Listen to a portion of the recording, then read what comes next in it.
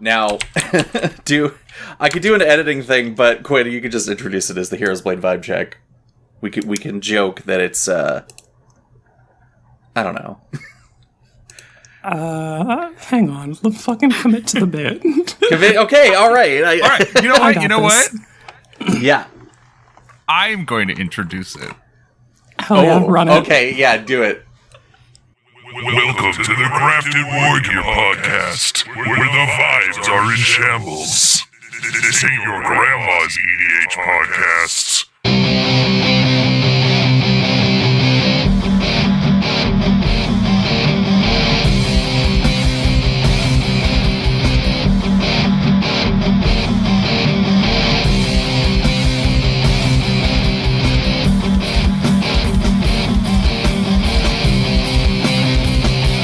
So yeah, that's us gamers. We're out here, Heroes Blade Vibe Check podcast, except we're masquerading as the Grafted Wargear because the vibes are in shambles. The vibes are in shambles. And we had to do it because we had THEBENWA on as our guest this week. So Benwa, thank you for joining. Yeah, what's good? Thank you for having me. I'm so glad to have made the leap from being the meme in the podcast to the man in the podcast. It was a matter of time. Yes, so now you and Lenny have more reason to be to have your blood feud, because now we've mentioned you, and now you've both been present, and now you have more reasons to continue the blood feud. I need to take your deep-fried image of Bloodrick mentioned and just superimpose Lenny's face onto Audric and be like, blood feud mentioned. I was gonna say we should do a version of Linvala, or put Lenny's face on it, but then like reverse the image and then put Linvala mentioned, despite the fact that it's not actually using Linvala as the image. I don't know. I've been shit posting, and it's been great and it's been fun. And now I have extra tools. Thank you, Quinn, for giving me the Bloodborne, Dark Souls. Oh yeah, the stuff. fucking processing chain that I put images through to make those shit posts. Oh, it's hilarious. It's just like the quality is annihilated every step of the way. It's great. Yeah, that's the point. It's very funny. It is awful, and I couldn't ask for anything more. All right, so Benoit, who are you and what do you do? Well, I am Benoit. That's Benoit, but obviously French does not read well in English, so online I go by Benwa. I'm a video games industry professional by day, and by night you probably know me as a EDH shitpost goblin. I'm either lurking in Twitch streams or I'm causing problems in Twitch streams. Either way. Usually causing problems. So true, bestie. You know, I'm trying to set a good example for Canadians everywhere. Everybody loves us. Everybody hates what we do with cardboard. That is also true. You get a group of Canadians in an EDH table, and you'll be seeing why. I don't know where I'm going with that. Probably nowhere good. So yeah, thank you for coming on. So this podcast can again be another super incredibly long episode. Hell fucking yeah. All right, time for you both to explain this note in the notes here. All right, Malort so is a miserable experience. hold on. So before we do this, I gotta crack open this can of Coca-Cola, Nuka-Cola. All right, there we go. Be sure to add the bottle cap to your inventory. There we go. So Benoit, you were at MagicCon Chicago not that long ago. It's true, but before I get started, let me crack open my can of Nuka-Cola. Fantastic. This will look really good in editing. Perfect audio. Yeah, MagicCon Chicago. We can jump right into it. It's kind of a Chicago hazing thing, in a very mild way, to make people drink this unique liquor that really only is produced in Chicago. And really only distributed, in Illinois. It's called Jeppson's Malort. And why is it a hazing ritual? Because Malort is awful. And everybody knows it. The people who make Malort knows that Malort is awful. And that is commitment to the bit. No kidding. I looked online when you said you brought some back with you here, and I'm like, what does it taste like? And so one of the first descriptions, it says that the flavor includes notes of gasoline, grapefruit, sweat, wax, fire, mineral oil, and bitterness. Hello, yes, weed smoker checking in. That sounds like it would smell incredible on some loud. But, okay, I think there's a little bit of like brainworms there though, because when you're like smelling weed and you smell that on weed, you're like, I am going to space today. Malort, unfortunately, take your word on it. Does not send you to space. No, it just lingered. I think when I had that drink of it last night, I said it tastes like a lingering ex-partner that just would not leave you alone, because I was like, within like even 10 minutes afterward, I'm like, I'm still tasting it. Like, what is this? Yeah. Goodness. Like, good loud, you're going to space. Good Malort, you're going to exactly where you are, but now your mouth tastes like socks. Yeah. So yeah, you brought us some bottles back, tiny little shot bottles back with you.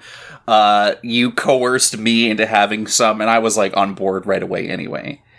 Yeah. Oh yeah. No, it took a little bit of coercing for the others, but fortunately we got there in the end. I didn't really smuggle any Malort in, but I had to go with the mini bottles because I didn't check any baggage, so you can't bring like a full ass bottle. Yeah. And I didn't realize I could get Malort at the duty free at the time because it's so distributed only in Illinois that like in the international at YVR there was obviously no sign of Malort, and I just wasn't thinking about it straight. So I got a novelty pack of like several small shots of Malort, and I was like, I'm just gonna pack all of these in the bag with like my deodorant and my cologne, and security is just gonna tell me how many of them I need to throw out. Like, I'm clearly going over the volume of liquid limit you're allowed to bring on your carry-on, but I wanna bring as much Malort in my carry-on as I am legally allowed to. Mm-hmm. And the customs guy was actually so tickled by the idea that I wanted to go haze my friends with Malort that he actually let me bring all of it. Yes, King, we love a joke understander. Yeah. The slow slip and zoom in of the video was killing me. There is a video now, I guess you have to. Yeah, there's video. That. There's video evidence on Twitter that'll be in the show notes when we get to it, but there was the group of us being like, oh yeah, and then the last zoom in on Graham just being like, yeah, yes, this is quite, this has a distinct flavor, yes. It's never doing that again, though. Jeez. You only have to do it once.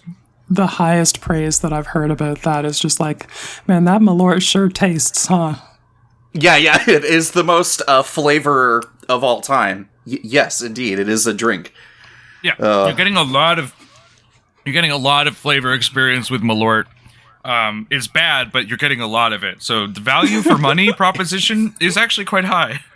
Yes, it's like, you want this experience for very little? Here you go. You're like, great. And then you're like, that was an experience, yes. Yeah, we all just turned into the card Sensation Gorger for like 5 seconds. Thank you for bringing the experience back. That was one highlight of that actually literally just happened last night. Yeah, that sounds awful. I'd love to try it sometime. You thought you couldn't go to Chicago? Well, Chicago came to you, fucker. Yep. Have this. All right. Get Malorted, nerd. All right. So let's go down to business, and maybe we'll go back and talk about Chicago in a hot minute here.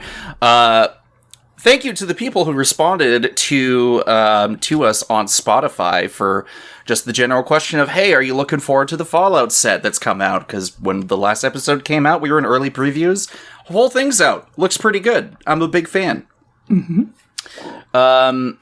we got a response here from Draco Lucian. Have played almost all of the Fallout games. The card I'm looking forward to the most is Inventory Management, which is a red and a white instant with split second.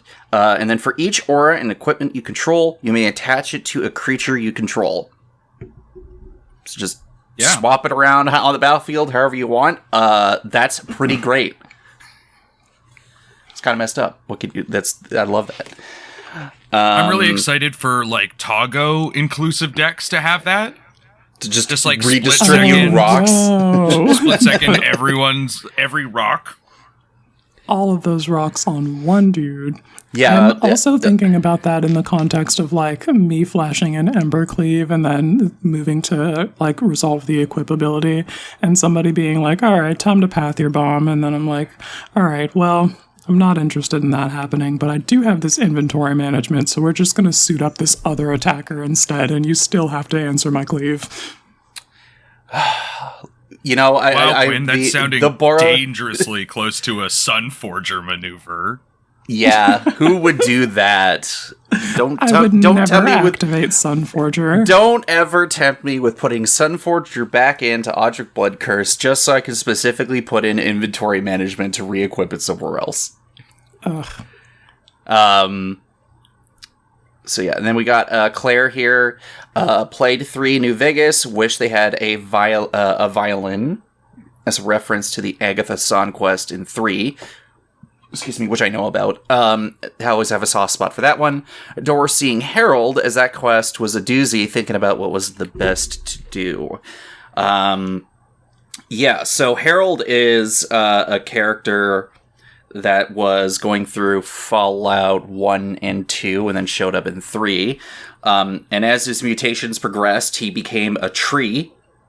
And then he's like, hey, can you go into, like, underneath my tree and, like, stab me in the heart so I can finally die? Because these guys around me won't let me die. You're like, but what if I set you on fire? And he's like, that would be really bad. Don't do that. And then later, when you finally complete the game and the credits roll and they're going reviewing everyone of like what happened to them, it's like, well, you set Harold on fire, you crazy bastard. You're like, oh no. You did not have to do him like that. No. You, in fact, did not kill Harold, and he is still on fire. He's even after hours later, he's still burning. So yeah, Harold and Bob. Oh wait, what is that Onion headline that's like, person just discovers new emotional and physical low they never thought possible? They never thought possible, yeah. That's Harold. Poor Harold. So Harold and Bob, first Newmans, 2 and a green for 3/3 Treefolk Mutant with Vigilance and Reach. When it dies, if it was a creature, return to the battlefield. It's an aura enchantment with Enchant Forest you control, and Enchanted Forest has tap, add 3 mana of 1 color. You get 2 red counters, and then Bob and Harold loses all other abilities. So yeah, neat, flavorful design. I would have no idea what people would want to do with this, but it is nice seeing a bunch of shout-outs happening as you look through the set. You're like, that one's from New Vegas. Wait, that one's from Fallout 2. I was surprised to see that. And Quinn, now that you've been playing more New Vegas, you're constantly like, that is the Magic the Gathering card X. Yeah, I was gonna say, I get to do that in reverse. I'm like playing New Vegas, and then I'm like seeing the people that I've already seen the cards for, and then I'm just like, oh, that's Caesar from Magic the Gathering. That is, or Kaisar, perhaps, depending. No, I'm gonna put a bullet in that guy's brain. Yeah, that's not the only thing in his brain. Hey yo, I will never find that ending out. No, that's fair. Oh, okay. I think I've played through New Vegas like 3 times, and like I've never sided with Caesar. Even when I'm like, you know what, I'm gonna be on my evil shit. I'm gonna be on my like hee hee ha ha villainous flow. It just never. I've just never been like. I always get into the camp and I'm like, are you serious? Yep. Yeah. I cannot. I cannot, in good conscience, do the really super evil thing. No, thank you. Yeah, it's simply not going to happen. Long-time listener Braden came in and said, Fallout is a huge part of my childhood. In addition, I started playing Magic the Gathering during Kaladesh, and I've made many jank energy builds. All of the energy deck. Oh, looking forward to all the energy deck, yeah. And the 3-dog card is also looking very fun. A salute to you, Braden, fellow energy lover. Yeah, we could kind of touch on it a little bit, but it seems like we will be getting 2 energy-themed command decks total this year, which is pretty impressive. One of which is going to be part of Modern Horizons 3. You knew But it yeah, was coming. Yeah, I mean, maybe, but it's just still surprising. I refuse to be disgruntled about that. I'm sticking my nose directly in the trough labeled new cards. New cards that also has energy written on them, and you are being like, oh yeah, oh, give me that. Yeah, it does. It That does new guy's Scurry create. of Gremlins? It creates the impression that Modern Horizons 3 might also have energy support, and not just the commander deck, and that should be super exciting for energy players. I sure hope so. If their intent is to make energy like viable and modern, then some of those cards are going to have to be busted, which means Yeah. they'll be impactful in Commander to the degree that I want, and maybe won't be like the Either Works Marble that I just... That card has bad vibes to me. You're like, no, this is too good. This is not what I want. Yeah, it's, I don't know. I don't like that card. Well, you heard it here. It's a bad Magic card, everyone. Don't play it. Literally not what I said. No, I know. No, I must misconstrue everything you say for the sake of content, Quinn. Killing me. All right. Vibe checks? Yeah, vibe checks. Let's get the fuck into it. I'm just gonna read yours here. You think my Amber Gristle Omal deck passes the vibe check, and I'm gonna sign off on that. Approved. Eggplant emoji. Yeah, you played it. It was the first time I've seen that deck, and I think it's the first time I've seen Amber on the battlefield as a commander, at least as to my knowledge. And I'm like, yeah, you do be smacking people. You do be smacking people up. Mm-hmm. She's a pretty strong commander that I don't think sees a whole lot of play. Let's just pull this rules text up here. Okay, so Amber Gristle Omal, 3/3 legendary dwarf cleric for 3 and a red, and she's got haste, and whenever she attacks you can discard your hand, and if you do, draw a card for each player being attacked, and you can choose a background. So I picked the Agent of the Shadow Thieves, and we go to combat every turn, make her indestructible, and try and go wide so that I can pitch my hand and draw 3 cards every turn, and then pay off having cards in my graveyard and stuff like that. It was really just like a theory craft on how to make Rakdos Escape like playable, and we'd never played that deck before in like an actual like gameplay setting. So it was a pretty satisfying first outing to see that the concept that we had was actually viable. And yeah, I would absolutely love to see a Hero's Blade on her. I think that curves perfectly into where we want her to be too. We've got the fucking background at 2 mana, and the Hero's Blade, and then Amber, and then we're going directly to combat. Yeah, and do you have Embercleave in that deck too? I can't remember if I put that in there or not, but it would make sense in there. Double Strike is one of my favorite keywords, and Embercleave is probably my favorite knife in the game. Well, I was also going to say the Trample also helps. Oh yeah, Trample. There's only one way to find out. Yes. My commander for this section this week is Furia, Judge of Valor. Finally busted out my Furia deck after a while, and I think I should probably just keep trying to play it just to make sure if it's going to be another deck on the chopping block. But Furia is 2 white, double black for 2/4 Angel Cleric with flying and lifelink, so I'm already loving going to be a 5/6 amazing blocker with lifelink. And then whenever you cast your second spell, each turn look at the top 3 cards of your library, put one of them in your hand and the rest in your graveyard. So it is just a reanimator deck. But yeah, she passes the vibe check. I think she can slap people up, be defensive. There is a life gain sub-theme in the deck. So some people don't like that. I don't know why though. It seems pretty fun. No, life totals need to be going down, sweetie, not up. That's the wrong direction. Yeah, but what if I'm using life for other resources? Oh, well, then it gets to go down, but then you're using your life for, like, a value and not for, like, the, I don't know, being, like, burned away in the holy fires of combat or whatever. And all of that is a little personally offensive, so we're just gonna attack you and make sure that you have less of that resource available. That's the move. What if I'm using my life for free resources? Then it's okay, right? No. Hey, I have Signed the Tivash player. It's totally chill. I have Bowls of Citadel in that deck for that exact reason. So, Stand Tivash B2 dubs. Hashtag Tivash sweep. Tivash sweep. Let's go. I see you say here. Actually, you take this one. It's the rest of this is for you two now. Yeah, Benoit, give me a vibe check. All right, so this one's a little bit strange, but I'm really excited about the Fallout Legend Cast Hand of Vengeance.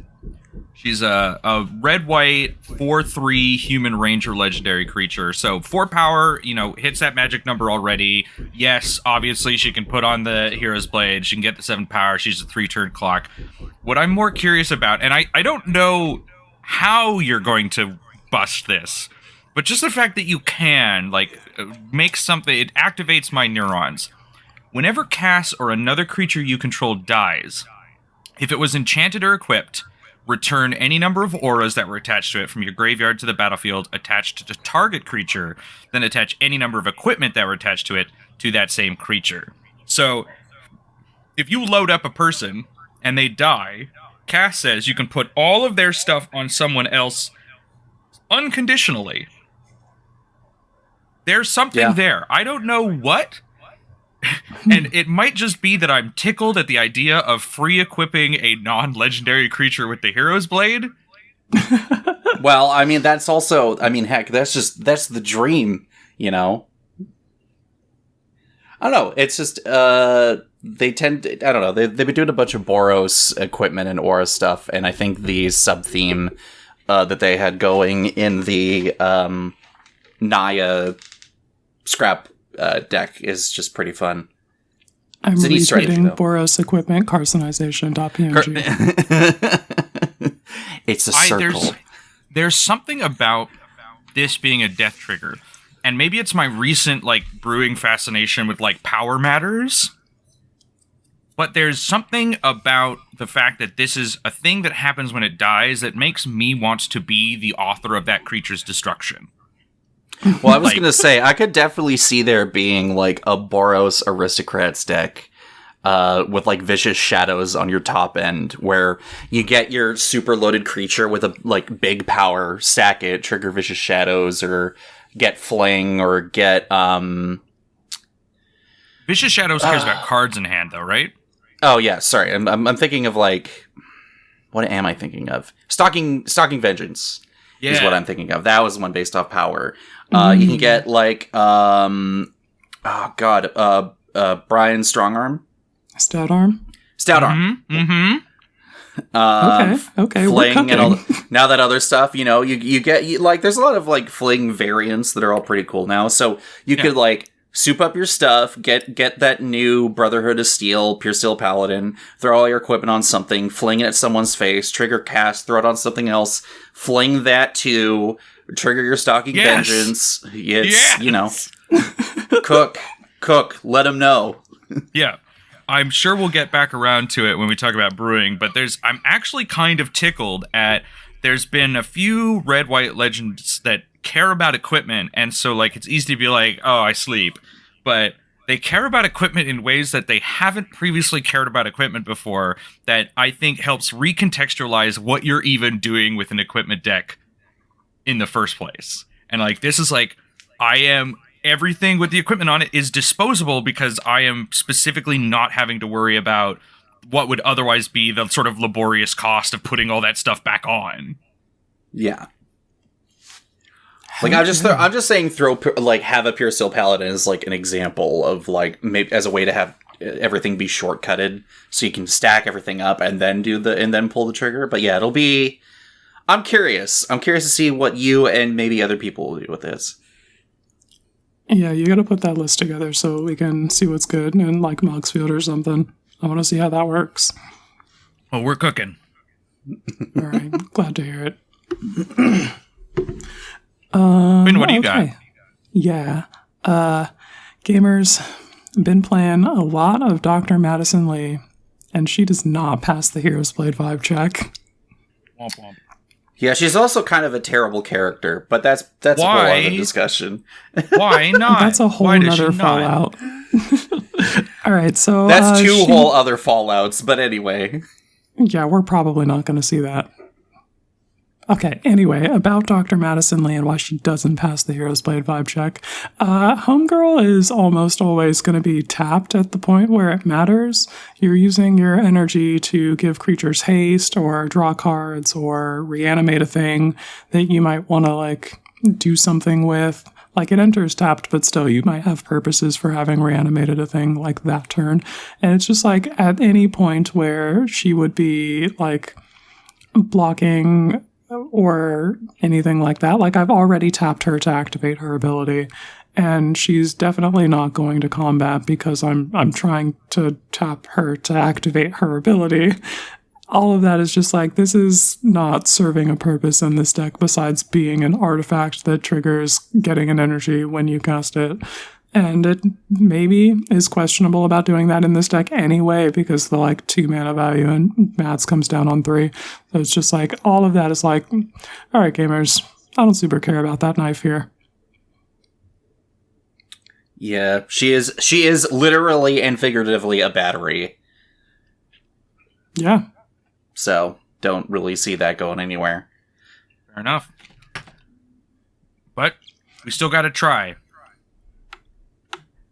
Yeah, we gotta at least think about it. We have to ask the question. That's the point of the podcast. We have to do it. It's time, Benoit, go off. So I don't know if we're gonna keep the intro bit, but we are keeping the intro bit. I was very tickled a while ago when I recalled that there was not just one budget equipment that adds 3 power and 2 toughness and has a very easy way to equip it onto creatures. In this case, I'm talking specifically about Grafted Wargear. Mm-hmm. And obviously inspired by this podcast, I started thinking about, like, well, what are all the sick ways that, like, we can apply this sort of same logic of, like, what payoffs exist for Heroes Blade but exist for Grafted Wargear? And I'm only going to do one. I had a list of a couple here, but, like, this card is absurd. I had them all open because I'm like, I don't know what any of these are, but Yeah. which one specifically? This card is absurd, and I think being completely slept on because it released in a, like, the Clue supplementary product for Murders at Karlov Manor. It's called Unruly Crisis. It's a 4/4 Shark Octopus Lizard for 1 green-blue, and it has trample. Sure. So it's already an above-rate creature. It's a 4/4 with trample for 3. Green doing green things, got it. Green doing green things. For 3 forest and island, adapt 3, so you can put extra counters on it. That's great. Obviously not why we're here. Whenever Unruly Crisis attacks, you may have the base power and toughness of another target creature you control become XX until end of turn, where X is Unruly Crisis' power. What's better than a 7/7? 2 7/7s, baby! All for the low price of Equip 0. Yeah, that's pretty good. I have never seen a green-blue creature want to be wearing equipment so bad. This guy wants... I mean, it's a shark octopus lizard, so many arms for many swords. You're so right. Yeah, it's I don't know if I will ever see this card be played in paper, and I hope it is, because this thing is pretty sweet. I also love always seeing, like, variations of shark whatever mutants that the Simic Combine's getting up to. It's so funny when they slam creature types like that together. I know there's like, some people who don't like the bit, but, like, that's extremely funny to me. It's very a good bit. And you know what likes being a 7/7 in green blue? Cold-Eyed Selkie likes being a 7/7 in green blue. Ooh, Oh, shit. yeah, true. Like, So there's true. a whole... I know Tanazir Quandrix isn't like a super popular commander, but I think we're starting to see enough support for power toughness hacking in Simic. And I'm deeply excited for them to have another shtick. Hey, you know what else would also really benefit getting at least +7 from this early unruly crisis? A blighted agent. All right. Okay, I wasn't gonna say it. Okay, fine. I'll say Okay, it. you are correct. The vibes are now in shambles. The vibes are in shambles. Tell me Are about in your fucking shambles. memory vampire. Okay, all right. Only because you asked. Memory Vampire, again, from the clue set. Really, this is just me, I guess, advertising the clue set. Whenever Memory Vampire deals combat damage to a player... Oh, sorry. It is for 4 blue and a black, a 4/4 flying vampire detective. And when it deals combat damage to a player, any number of target players each mill that many cards. Then you may collect evidence 9. Funny story about collect evidence, I'm sure we'll get to later. When you do, we you may will get to it cast later. target non-land card from defending player's graveyard without paying its mana cost. So, you know, obviously, blue-black control is not looking to just, like, get in with huge beats over and over again. But for a 0 equip, you're going to have 3 more cards to potentially use to cast a free spell, and you get to look 3 cards deeper in someone else's graveyard for something of theirs to steal. Like, again, this card, I think the only thing keeping this card from, like, being cracked in half by itself is that it has a very tame power toughness for a 6-drop. But we can fix that. Here with the Grafted Wargear, I am advertising for all of New Phyrexia. With Grafted Wargear, we can fix that. Much to think about. Holy shit. We are a violent trio. We do love turning creatures sideways. I'm like actively expanding my brain. There's so many more things that you can do with a free power toughness buff. Yeah, for the low cost of 0, and hopefully that creature never has to have that equipment leave them, you too can get a juiced up creature. I feel like There if they were is- going to break the thing, they were going to break it regardless. And so the downside, the air quotes downside, is it doesn't really matter. Yeah, it doesn't matter, no. And again, we're gonna it kind of harkens back to Cass for a second, where I'm like, maybe you do want to pay 0 to move the equipment off it so it dies and triggers and moves everything over. Why would I possibly be thinking about Cass and sacrificing creatures? No idea. I would have no idea. I do not know. Obviously, Grafted Wargear is not as strong as Skullclamp.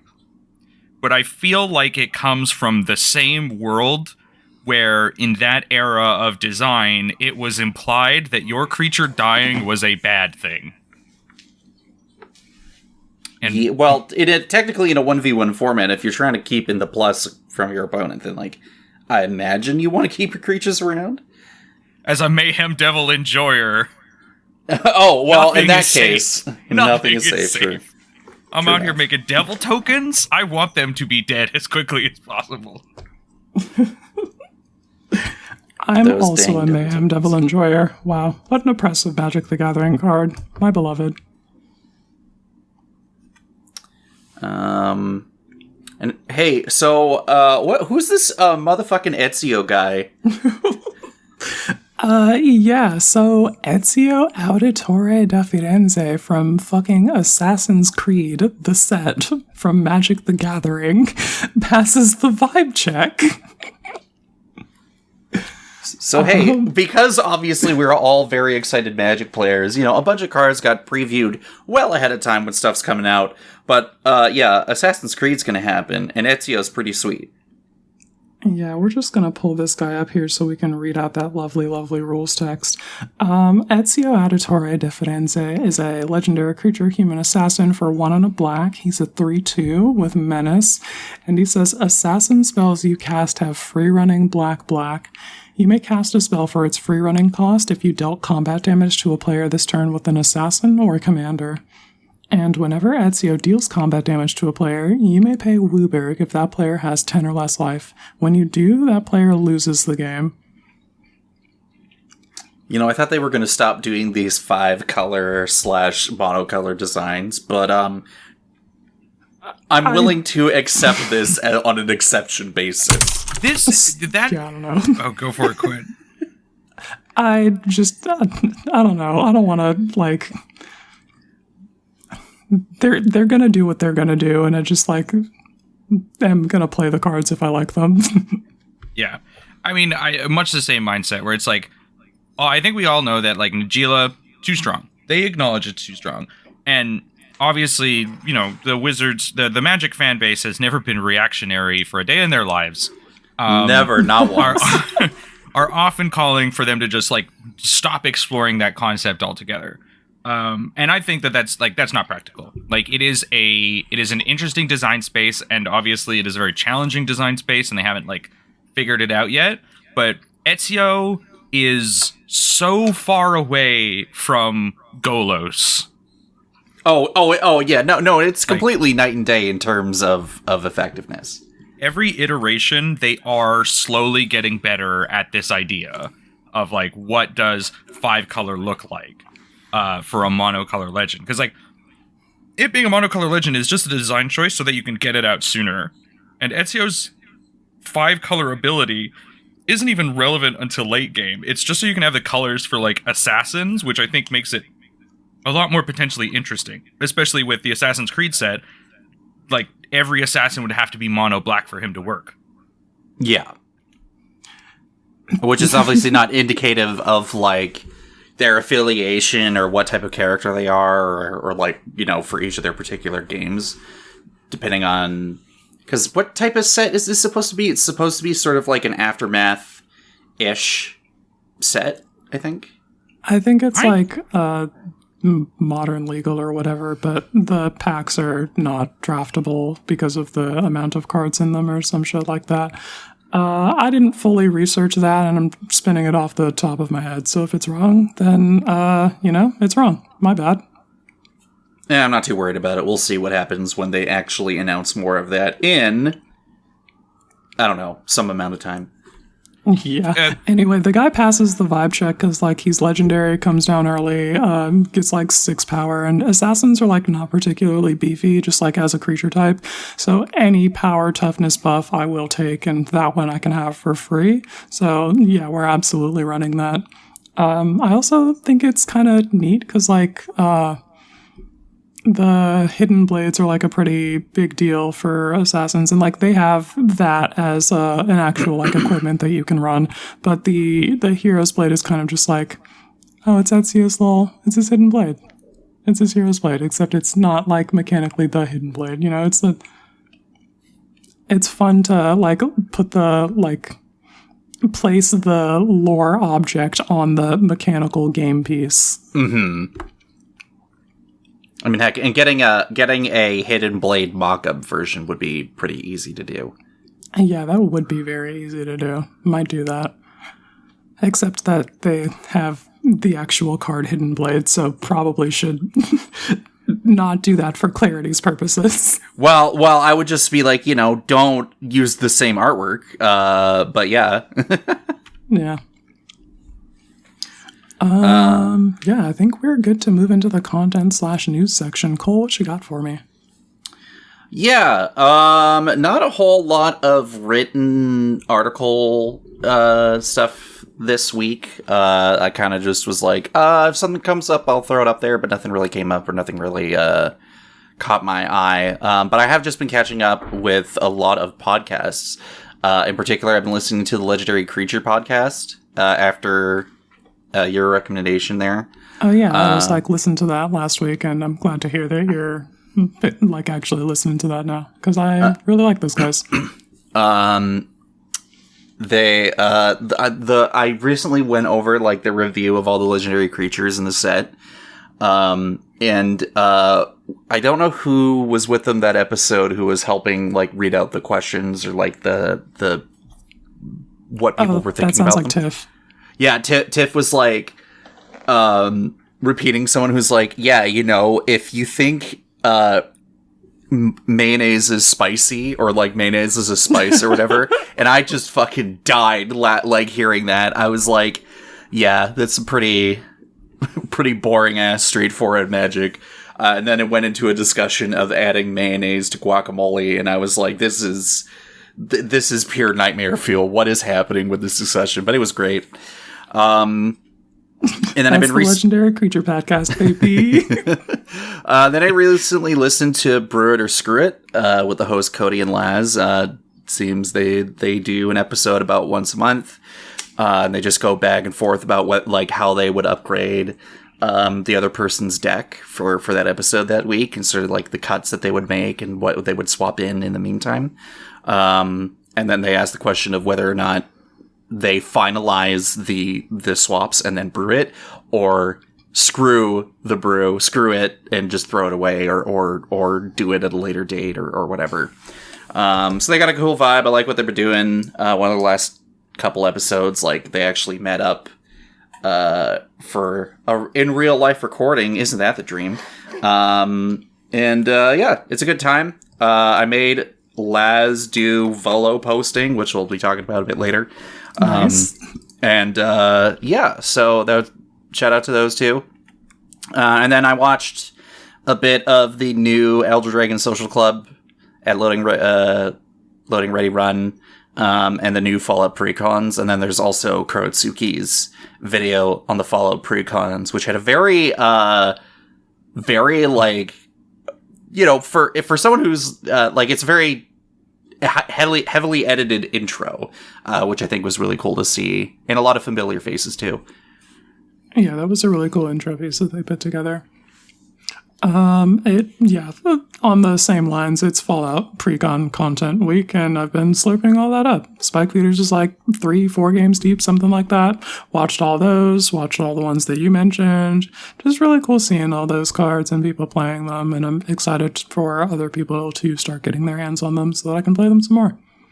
What's the temperature check on the precons, do you think? Like, after watching all these games, like, which ones are cooking, which ones are maybe struggling a little bit? I feel if I was going to buy one. I mean, the Marta one, just seems good from what I've seen. I think Caesar cooks every time, and if you cast Caesar, then Caesar cooks every time. Some people don't get there, and I think that the deck is very, like, you really want to have Caesar. The other decks, like the Mutants, is pretty, like, no matter what happens, +1/+1 counters and proliferate is going to be good, and that's what that deck has. So unless you like board wipe every other turn, I think you're going to have a good time with that deck. And the Mutant deck is Sultai, right? No, yeah, the Mutant deck. Yeah, it is Sultai. Yeah, because it's got the Master. That's Sultai. Yeah. It's got Mothman, and the Master is the commander and, like, backup.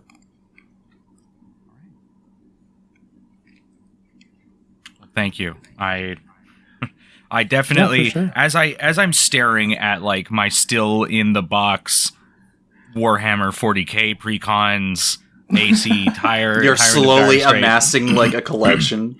Yeah, I'm slowly amassing a collection of precons that I have no intent to ever open.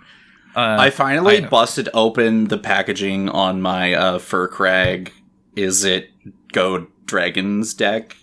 Oh, nice. Are you playing that? No. I wanted to get the packaging off my shelf so I could condense everything. I might eventually. Look, I've been wanting to get Astral Dragon out and all this other stuff. I might put Fur Crag in Zergo and Ojutai. Oh yeah, do that. That'll be mad annoying. Yeah. So, you know, I'm kind of. I don't know. I've always been the type of person that will get a precon if it really is up my alley, but very not long afterward, I'll just end up pilfering it for whatever I want. I should probably at least try to get one precon game in with that, but we'll find out. I agree. You should get one precon game in with that. I think it's a really fun experience, and it's like the backbone of my Grixis Goad deck. I took that and then the, like, Goad cards from the Prosper precon and largely smashed those two together to make it. And it's like, and now kiss, and you make a new commander deck. You're like, yes, literally, X. yes. I was like, Fearcrag and Karazakar the Eye Tyrant. I would like for you both to hold hands, and to do that, this is what we have to do. So here's the deck. I don't play it anymore, but for about a year, I had a Kaikar Jeskai Spellslinger deck, and it was literally just me having like a blue-red deck that wasn't doing it for me, and a white-blue deck that wasn't doing it for me, and I was like, but what if, through foul alchemy, I turned these into one thing? I do like doing that with commander decks. For a It's while, great. but eventually that was not doing it for you either. I think a part of it was I really fell in love with the unknown events, Anax and Cymede and Kineos and Tiro legend, which is just Jeskai plus green. Mm-hmm. And I was like, what if I once again performed foul alchemy and I merged this with a mono green storm deck? Gotcha. Yeah, checks out. Math checks out. What have you, what content-wise, I mean, you were technically part of content happening a couple weeks ago. Like a week and a half ago, I think. Oops, dating this podcast, but What would it be the first time, won't be the last. I got back from MagicCon Chicago, which was a convention surrounding Magic the Gathering, and wouldn't you know it, it took place in Chicago. Oh, wow. I can't believe that. Yeah, this was, I my first MagicCon was Vegas at the end of last year, and it was a really good time. It was a really good opportunity to like meet with people that you know as like online people and make them offline people. So that part was sick. I think McCormick Place is the most cursed venue I have ever been in. Oh, wow, that's like, saying something, because that you've been seems to to be- some conventions. That seems to have been the sentiment from what I've heard from some people who went. It is, so to try to like paint you a picture, Saturday morning, I get up really, really early and I meet up with my friend Spectacles in Blue, shout outs to Specs. And just by coincidence, we hadn't planned it or anything, but we're part of the lineup of people who are trying to get in before the doors have officially opened. And there's this very long land bridge that goes over a highway that you take to get to what is basically the room that they're holding the 75K like modern event in. And to the left of that is this huge, huge room that is sort of the main convention hall. And you'd think, okay, we're just going to line up somewhere around here and we're going to wait until the doors open to the huge convention hall and then we're going to go in. And instead we get directed to go down an escalator into what is a carpeted ballroom with a number of tables. And it's like, okay, this makes sense. But through that, into some double doors, into what I can only describe as a part of the convention center that looks unfinished.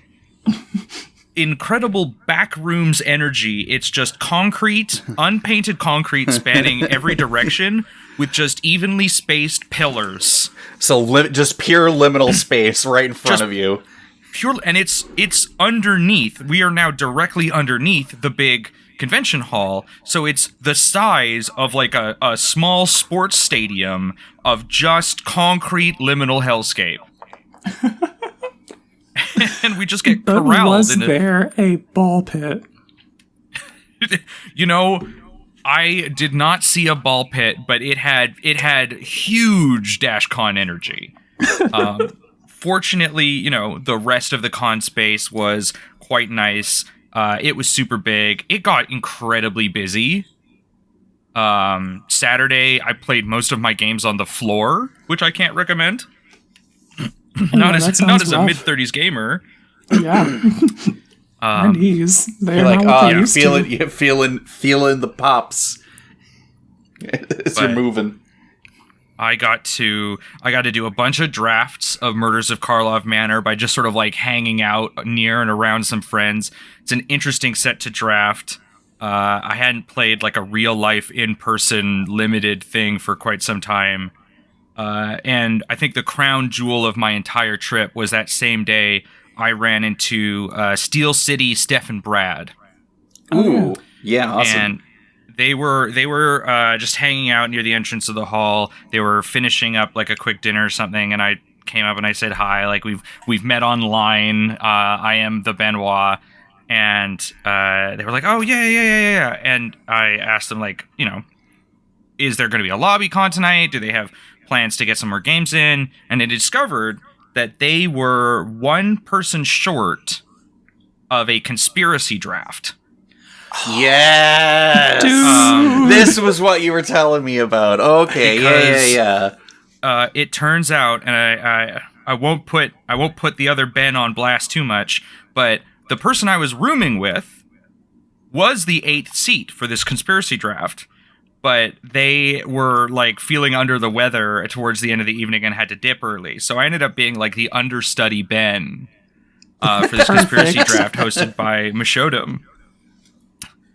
And that's another name that I recognize. The homies. Yeah, that is. Yeah, we know. Yeah. It's crazy when you know people and then you just say their username on Twitter and you're like, I do know this person in some way, shape, or form. It was Mishodum, it was Andy and Lava Spike from CNC Power Hour, it was JJ Mickey. Shout outs to JJ Mickey, who one of the first things that happened to me after I met up with Cooper and he gave me my sticker and Rat Colony friendship bracelet, shout out to Cooper. JJ Mickey materialized behind me with a Tivash and was like, could you sign this for me? Oh, yes. Hashtag Tivash sweep, let's go. Tivash sweep. So Mr. Bevers, and then Steel City Steph Brad, and I forgot how much conspiracy whips ass. Oh yeah. The second pack I opened had the one conspiracy. I think it's like weighted leverage or something. It's the Doran conspiracy. It's the fight with or the attack with your toughness. Mm-hmm. And it was so it was like electric to have this angle of building that like didn't care about conventionally good cards. Like every time I got past a 0-4 for 2, I was hooting, I was hollering, I was telling Mr. Bevers that he was a fool to let that one wheel, and like he was like, I have no idea what you're talking about, because like he's over there trying to draft, straight gas. Mm-hmm. And I'm as like, you normally do in a regular draft. Yeah, no, sold. Get it in there. Yeah. And then just having like pods where everyone has like their own sort of twists on it. I love that, sometimes draft can feel like you're like really limited by like the colors that are available to you, and you're like, okay, well, I guess I'm gonna do this. And a thing that I think conspiracy adds a dimension to that I really wish they would revisit in a sick, cheap way to do it regularly is the draft archetypes like blow up like on a completely different axis. Yeah. That's something that was always exciting, like playing or drafting conspiracy back when I had a group of people, or at least someone who was willing to contribute the supply the experience. He's like, here's a booster box that I got from the store. Does anyone want to draft? And we were all like, hell yes. And just seeing conspiracy cards are just so cool. I want to use them in some way, but you cannot unless you make a cube or something. I'm just like my little all ears emoji, because this is like way before my time. Yeah, yes, you're just but a wee babbin in your early magic infancy, and we are the veterans. They should do a conspiracy again. I think that would whip ass. It would whip ass. I guess we've been on it for a bit, but a quick info blurb on what a conspiracy even is for the people who don't know. That's important. This is important. It is, for the people like me. It is a special card type that does not exist anywhere in the game outside of the conspiracy format. And it is a card. It's called Conspiracy. When you draft it, you put it aside. It is not a card that's going to go in your deck. It's going to go outside of your deck. Some of them at the beginning of the game you're going to reveal, and you're going to share special rules that your deck has that these conspiracies allow. And other ones, which are also sick, are hidden conspiracies which stay face down until you like activate meet the them condition. later. Yeah. Yeah. So, like, I think I had, like, 7 conspiracies, and there was definitely a psychological factor to me having 6 face-down cards and being like, I'm going to do some shit. You don't know what yet, but I assure you it is going to happen. How do we port that to EDH? Do we just, like... Well, the main issue with that is that, like, these cards do go into the command zone for the sake of the format, but a lot of them are dependent on cards that, like, you draft or, like, you choose as, like, the game starts based off of, like, what you drafted. Yeah, I feel like the way that we can maybe work that is to just, like, I don't know, do the, like, boxing league format and then have some evil game master twirling their mustache, randomly assigning people conspiracies. Yeah, Maybe. I think Quinn's onto something. Like, I think boxing league, I think limited as an environment, because at the end of the day, conspiracies are functionally eminence. And obviously that has a tumultuous history in the game. Not everybody's like super down with eminence, and I think part of what makes it like fresh and exciting in conspiracy is it changes your build priorities. It's not something where you're like, I am going to wring every drop of value out of Edgar Markov. It's, I have a really cool opportunity to do this thing if I can get enough support for it. So I like Boxing League. I like Boxing League as an idea. Or you can just do Cube. Yeah, my goal once upon a time was to do something with these in a cube. And then Killer Queen came out instead, and I still have a bunch of conspiracy cards just sitting there collecting dust. Yeah, well, a heart wants what it wants, and it wants Killer Queen. Indeed it does. Indeed it does. Yeah. Right, And the rest of Chicago was also nice. nice. Yeah, Chicago was awesome. You came back with Malort for us. Yeah. Play more conspiracy. If you can. And then, you put the note in here, but yeah, Mox Masters had to shut down. Yeah, so webcam CEDH, it's an incredibly ambitious idea. There are some obvious pitfalls. Recently, the Mox Masters tournament series, which was hosted and sort of stewarded by the Playing with Power group, and I believe others, but it recently made a post saying it was going on indefinite hiatus, and a lot of this has to do with kind of ways in which the social contract element of EDH is way more forgiving for casual play than it is for competitive play. Everyone who's probably like enfranchised within the community has probably at least seen or heard of one like webcam video where you catch someone cheating. Mm-hmm. And I think in casual it's obviously really easy to maintain. It's like, okay, if you need to cheat in a game of casual EDH to feel alive, then like I don't know what to tell you. Like, it's what Sure. The only thing that you have to go on in that environment is like, who are you friends with? Or if they're strangers, like literally your first impression is pulling off a freaking card trick in broad daylight. Like, yeah, it's bizarre. It's weird. But like at the end of the day, it's like no one is necessarily robbed of the experience unless the cheating is so egregious that like you're like, oops, here's my turn 2 combo. Oh, this never happens. This never happens every game. Wait a minute. This never happens. But in Mox Masters, and like obviously shout outs to Playing with Power and everyone who was like organizing and hosting these events, like there were real tangible prizes on the line. There were reserved list cards. There were duels you could get at times. I don't think Mox Masters often had duels, but there was at least one, I think, that someone won an Underground C. And it really highlights that while EDH is like always kind of like a group effort, webcam EDH is untrusted. It is, Yes. It is so easy to spoil that experience in ways, because for every time that someone gets caught cheating obviously there's a bunch of times that like people didn't get caught cheating. And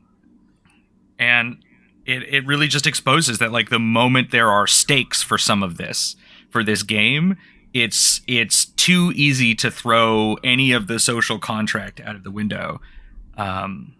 And I firmly believe that like EDH as a game changes completely when there's money on the line.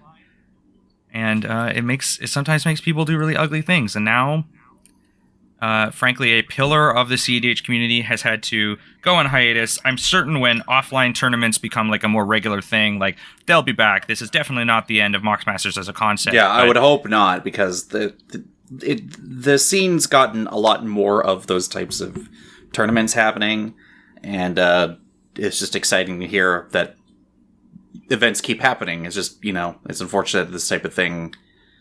It's unfortunate that people are taking advantage of people's... what's the word I'm thinking of? I'm a bit slow today. Their goodwill. I don't know. Yeah. Goodwill. It just sucks that some people are whack. Putting it mildly, but yeah. Yeah. Truly. You're cheating? Whack. Some real fucking whack behavior. Don't be doing that. Anyway. His mulligans, whack. His opening hand, whack. The way he keeps moving his hands off the camera frame, whack. Exactly. Oh, let's get into these brews and shit. Yeah, let's do that. Okay, I'm just gonna immediately assume control. I gotta talk about something before we do anything else. Yeah, so you tell me about Bloodrick? Or more? Well, hold on, because this involves you. So last night, the other day, I'm like, hey, Benwa, since you're coming on the cast, I'm hoping we can sit down and we can play a game of Killer Queen. And you were like, yeah, that sounds really great. And I'm like, what about Jeskai Bowl? And you're like, not right now. I'm like, cool. And in my infinite wisdom, as I've been adding and taking out cards of that pile of 155 cards, I'm like, you know what would be a really good addition to this deck? Cryptics.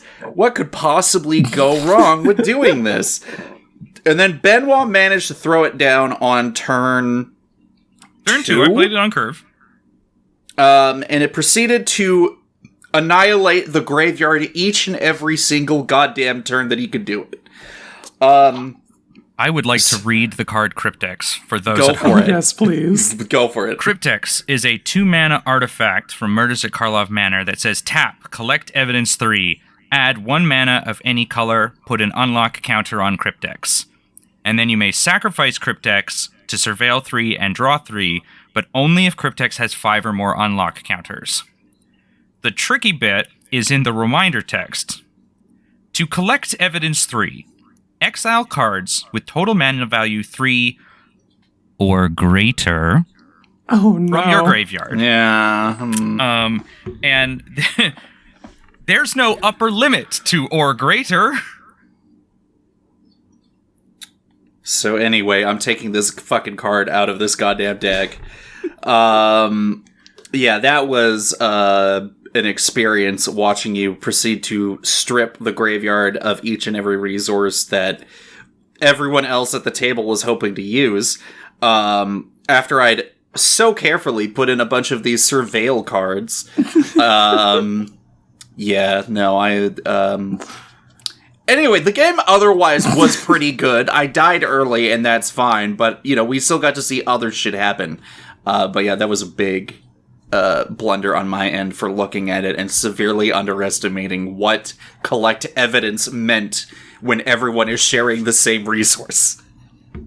Yeah, there's some cards that you don't really get until you actually experience it, and that really reads like one of them, because to me, that's just like a even more difficult to use corrupted Graphstone, and in this particular context, Benoit is just like, I'm going to create a graveyard that is so barren. Literally empty. But yeah, so thank you though for contributing to the experience. I need you to understand, Cole, that when you're like, oh, you should bring Jeskai Bull, and I was like, no, it's not ready. I have to go through some iterations. I had basically gone through the entire loop that you've just described just right before you did. Yeah. Where I was really high on collect evidence, and I was like, because obviously the thing with these shared graveyard decks, mine is Jeskai and uses a Narset Enlightened Exile, so she's getting a bunch of free cast spells out of the graveyard. Players are constantly searching through this thing. There's so many tools to like surveil or mill or like put cards. It becomes this unruly thing, and there's a lot of value in having ways to like trim that down in a small but meaningful way. So I put in every collect evidence card that fit in the Jeskai colors. Had one game and then took them all out. Well, damn. Yeah, it's it's very interesting going into sort of a game designer mode when I'm trying to make like a variation of a commander thing, and then be like, well, I can't put mass wheels in because I'm not sure how to like resolve that in this environment. It's like, do you do like poker rules? You just start like throwing cards at everyone one at a time until everyone has a new hand size of 7? Well, maybe not. So let's just not factor that in at all. And in this case, it's like, maybe I should understand how the fucking ability works before I decide to put that card in there. And it's just, in this case, it's like, let me put in, I don't know what the replacement's going to be because that's a colorless slot, but, thanks. It's just, it's a time like this that like really reinforces that like Magic is Lego. Like, yeah, you took bricks for some other thing entirely, and like this is the beauty of the game and the beauty of the ability to sort of like just invent formats. Is like, of course there's no card that exists with your format in mind. And like a sane and hinged 1v1 standard player is not exiling their entire graveyard with quick no, yeah, every turn. Exactly. They're like, can I get away with it? Well, if I need to, I'll exile 4, but I really don't want to. So it's a classic case of like, it is a testament to the flexibility of this system that stuff like this doesn't happen all the time. It only happens sometimes.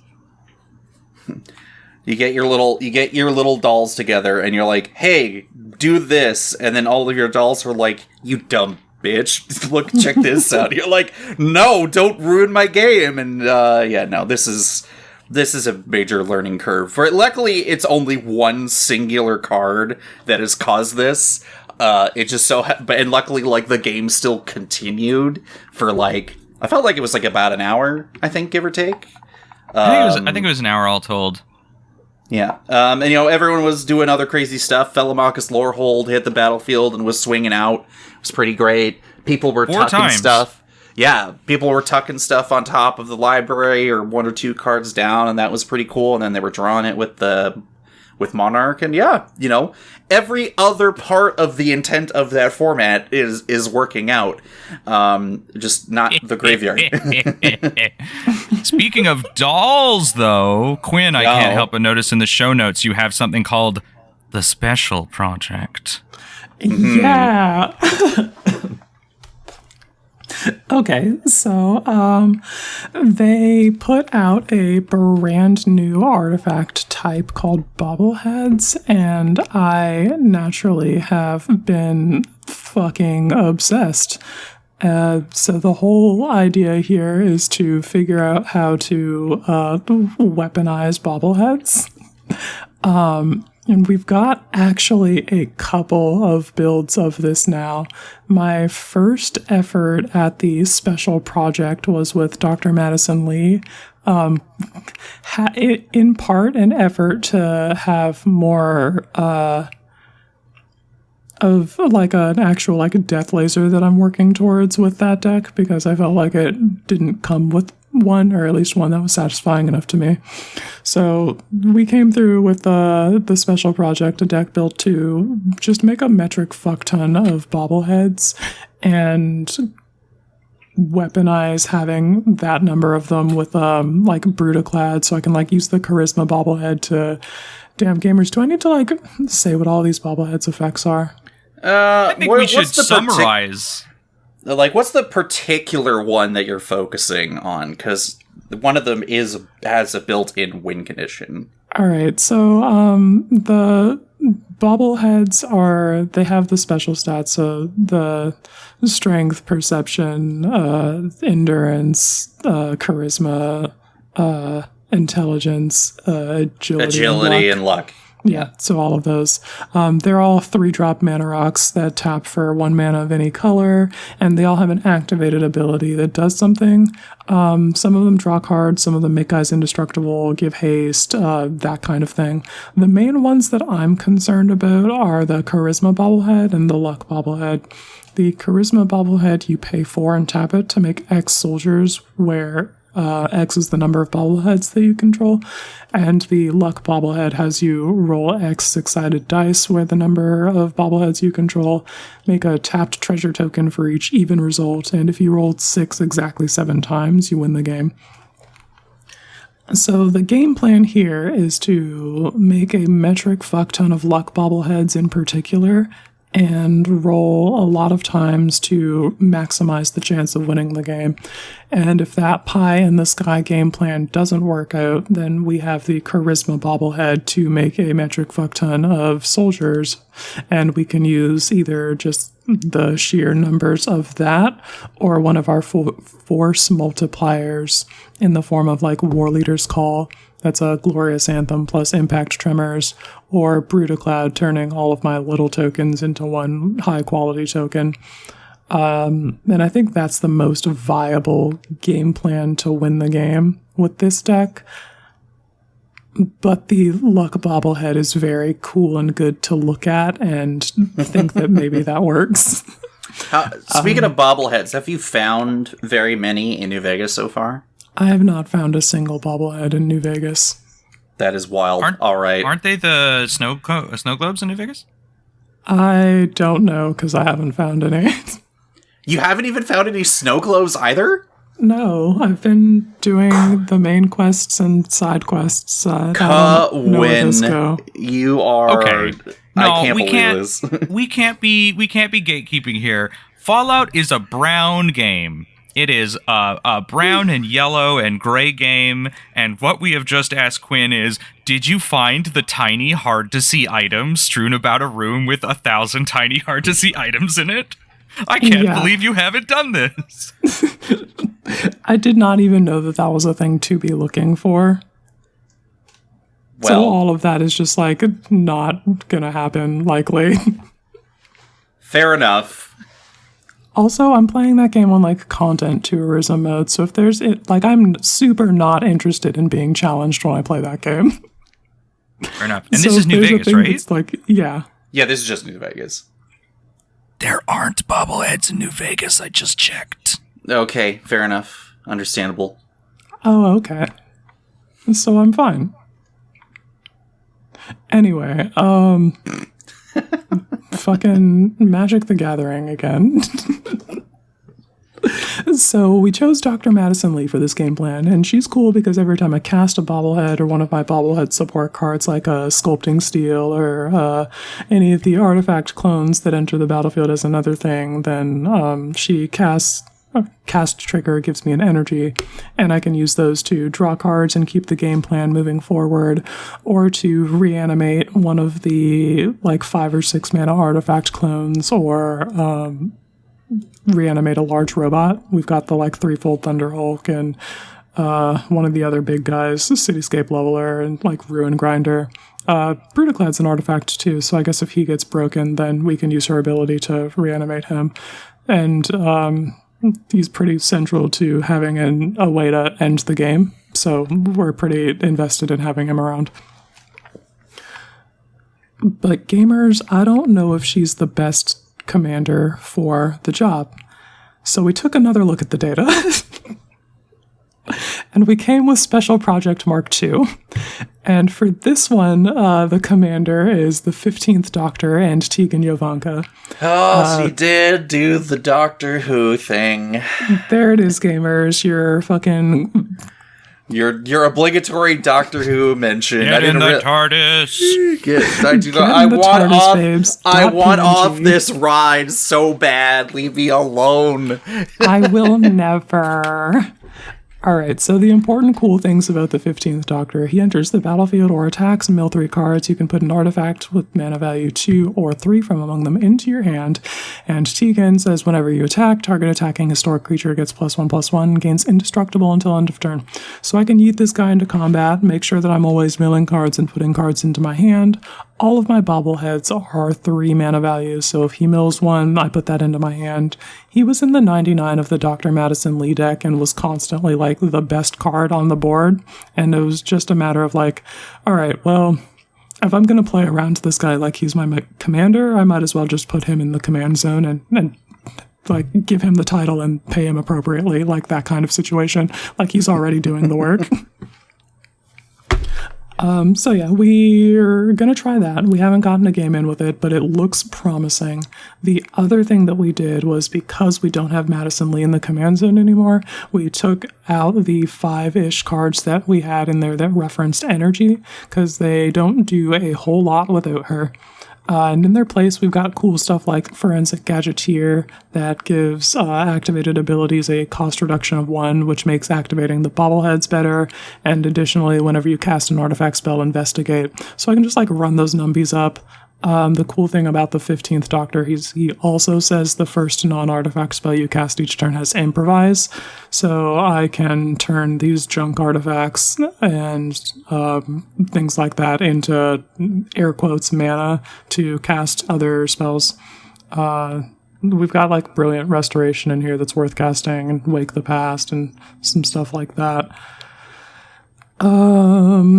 There's also a TARDIS in here. Free spell's good. More at 11. Free spell's good. More at 11. Yeah, pretty good.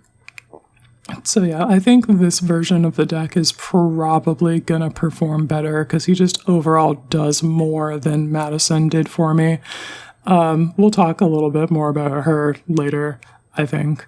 But yeah, that's the special project so far. I think that there are other ways to go about the Bobbleheads game plan, and I would also be interested in exploring them. So we might see Special Project Mark III if 2 doesn't perform like in a way that makes me want to put the deck to paper. For a little bit, it just sounds like you're Tony Stark going through armor iterations from ground level up, except it's about bobbleheads. They're in the cave with the hammer. Yeah. Just forging bobbleheads. They made this in a cave! With a box of scraps.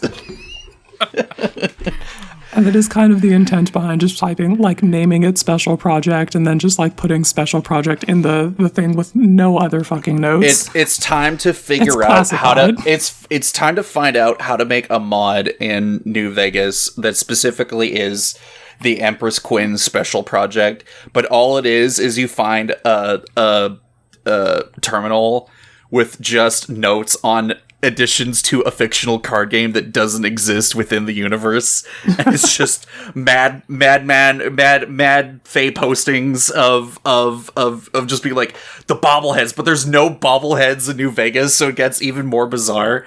And it's just, you just find a skeleton in the corner. I'm just fucking screaming, Moon Silver Key! It finds an artifact with a mana ability. All the bobbleheads are mana rocks. It's perfect. Why is this artifact on Innistrad finding bobbleheads? We don't know. It's Commander. You don't have to think that deeply. Day 25. I've added Brass's Tunnel Grinder to the deck. It's a 3-drop artifact that the doctor can find. It's also a wheel that'll show us more bobbleheads. I mean, super excited. What do anyway, should I get another Moon Silver Key? I don't know. I need to think about that. Probably. They're pretty strong. I am getting another Brass's Tunnel Grinder very soon, so I am looking forward to throw that in another deck. Hell yeah. Good card, that. In the vein of experimental decks, I would like to call back to when, at the very beginning of this podcast, I said, it's cool how Boros has some interesting ways to look at equipment. Oh, there it is. I would like to talk about Ivor Battle Ready from the Assassin's Creed upcoming set. Yes. For 3 red-white, she's a 5/5 with vigilance and haste. And, you know, obviously 5/5 passes the Hero's Blade vibe check, 3-turn clock. But whenever Ivor Battle Ready attacks, it deals damage equal to the number of equipment you control to each opponent. Yeah, what and the fuck? There is the notable absence of some words on that card that make me so excited. Oh, you just have this giant pile of equipment need to in the be corner? on. So this is a Audric Blood Curse card. I would say Audric Bloodcursed might be in the V1 version of my deck because there's a pattern of cards recently that WotC has been really excited to build that I'm now really excited for having them built. You might know them as a perpetual Audric poster, Arterial Alchemy. Yes, the bludgeon brawls. Blood tokens become equipment. Armed with proof. Clue tokens become equipment. And the pièce de résistance in this thing that red-white is now becoming incredibly good at doing, to the extent that, you know, people are perceiving it as perhaps problematic. Gem Cutter Buccaneer, treasures are now equipment. Yes. Perfect. There's also Dan Lewis to turn your foods into equipment. Love to hear it. Yep. Well, I mean, we're getting there eventually when it comes to food tokens, but yeah. There's also, obviously, Best Boy Togo. You know, now your lands are making equipment. Yeah. So everything is equipment in this deck, and Ivor doesn't need to put it on. I don't have to waste mana putting these treasure equipments on her. I just need to have them, and suddenly I'm like swinging to blast everyone for what, like 9, 10? She did that to each opponent? To each opponent. Oh, sheesh. With haste. Hot damn. I just need to sit back and build my little equipment army and then just on the sly, like, turn all these permanents into equipment, slam down my hasty commander and be like, all right, lunch is ready. Who's eating 20? Yeah, I am. She is definitely now 100% for sure an Audric Bloodcurse card. She has 2 keywords, too. Yeah, she has 2 keywords. It's actually pretty sweet. Perfect. Big happy about that. Wow. So, Magic the Gathering is such a cool game. Yeah. I'm excited. They're throwing a bunch of stuff at a dartboard with a roulette wheel, and they're like, Boros equipment. Okay, roll it again. Throws another dart. Enchantments that make tokens equipment. We've done it. Good job, everyone. High five. Let's get to work. I mean, you know, there's always been like multiple vectors that equipment serve. Their artifacts, their creature modifiers. They have potentially abilities of their own. And I think, you know, the joke is always that like, oh, all a Boros deck wants to do is put all of its eggs in one basket on one thing, like Wylith Soul of Steel. Love Wylith to death, but it's like, this is the antithesis of a Wylith deck. You don't want all of your things on one person. Heck, you don't even need to at all. And then in the same breath, they gave us Cass, who wants you to stack the equipment and our auras on one person. On one thing, yeah. Offering you a way to completely mitigate the downside of that investment should that creature die. So, I understand Boros equipment. People might be getting a little bit tired of it, but like, here are 2 ways that are fresh enough that I'm very excited for both of them. Yeah, they're doing a good job in terms of like just, I don't know. I'm a big Arterial Alchemy fan, and Armed with Proof is a new cool one, and it's just, yeah, they are pushing. I don't know, Boros stuff gets a push. I'm there. I'm a fan. Noted Boros mage likes the changes to Boros that make it better. News at 11. I'm consistent. Fair enough. I don't know. Maybe Ivor's not a good addition to Audric, though. Maybe Audric is just a good addition to Ivor. I believe you that need to too. be hashtag Ivar posting. Yeah, no, we're not doing that. That is the Maybe day your entire that brand should be flipped on its head. maybe the day that I am no longer Audric posting, I am dead or no longer on Twitter. Yeah, if Audric has one fan, Cole is that fan. Yeah. So I gotta bring this up because it seems like we all mentioned part of this in the list here, but noticeably, Quinn, you have stopped keeping track of your games. Oh, yeah. I basically got to the point where I was just like, I absolutely adore playing Magic the Gathering, and then I get to the end of the game, and I dread taking these stats. So I'm not going to do that anymore. That's not fun. Yeah, it is a bit of an effort to do, admittedly. I don't know how much longer I'm going to do my spreadsheet of keeping track of stuff, because it's less stats and more vibes. So shocking. But at least for the start of March here, I've already got 3 games in. And then for last month in February, I had 36 games. Nice. Which was a surprising ratio of 3 and 5 player games. And just the only thing interesting to note is that across the spread of those 36 games, unless I miscounted, but like at this point, it's kind of a little insignificant. I saw 82 differently named commanders from among my opponents, which is a pretty impressive spread. There were some minor repeats here and there, like replaying the same deck for game 2 or whatever. But seeing as broad of a diversity, and obviously like, we're just barely dipping your pinky finger in the pool that is Commander. But it was nice just to see that kind of broad diversity. Yeah, 82 differently named commanders is like wild. Yeah. And then Benoit, you also kept track of some stuff, I believe. Yeah, I mean, I have also been tracking games. I don't know how much longer I'm planning to do it. I feel like I'm coming at it from like a different angle than Cole, where like Cole's like, I want to know if my decks are cooking, and it's like I only play decks that cook. Like I know that if a deck isn't cooking, come on. If a deck isn't cooking, I'm not playing it. You saw, and like last night, I played a $30 Calamax deck. I was cooking out of my damn mind. We had Drakehaven out. We had Song of Creation out. I was like casting spells to have a bigger hand, to end step pitch my hand, to tap out and create a bunch of flying tutus. Like, we're out here chefing it up.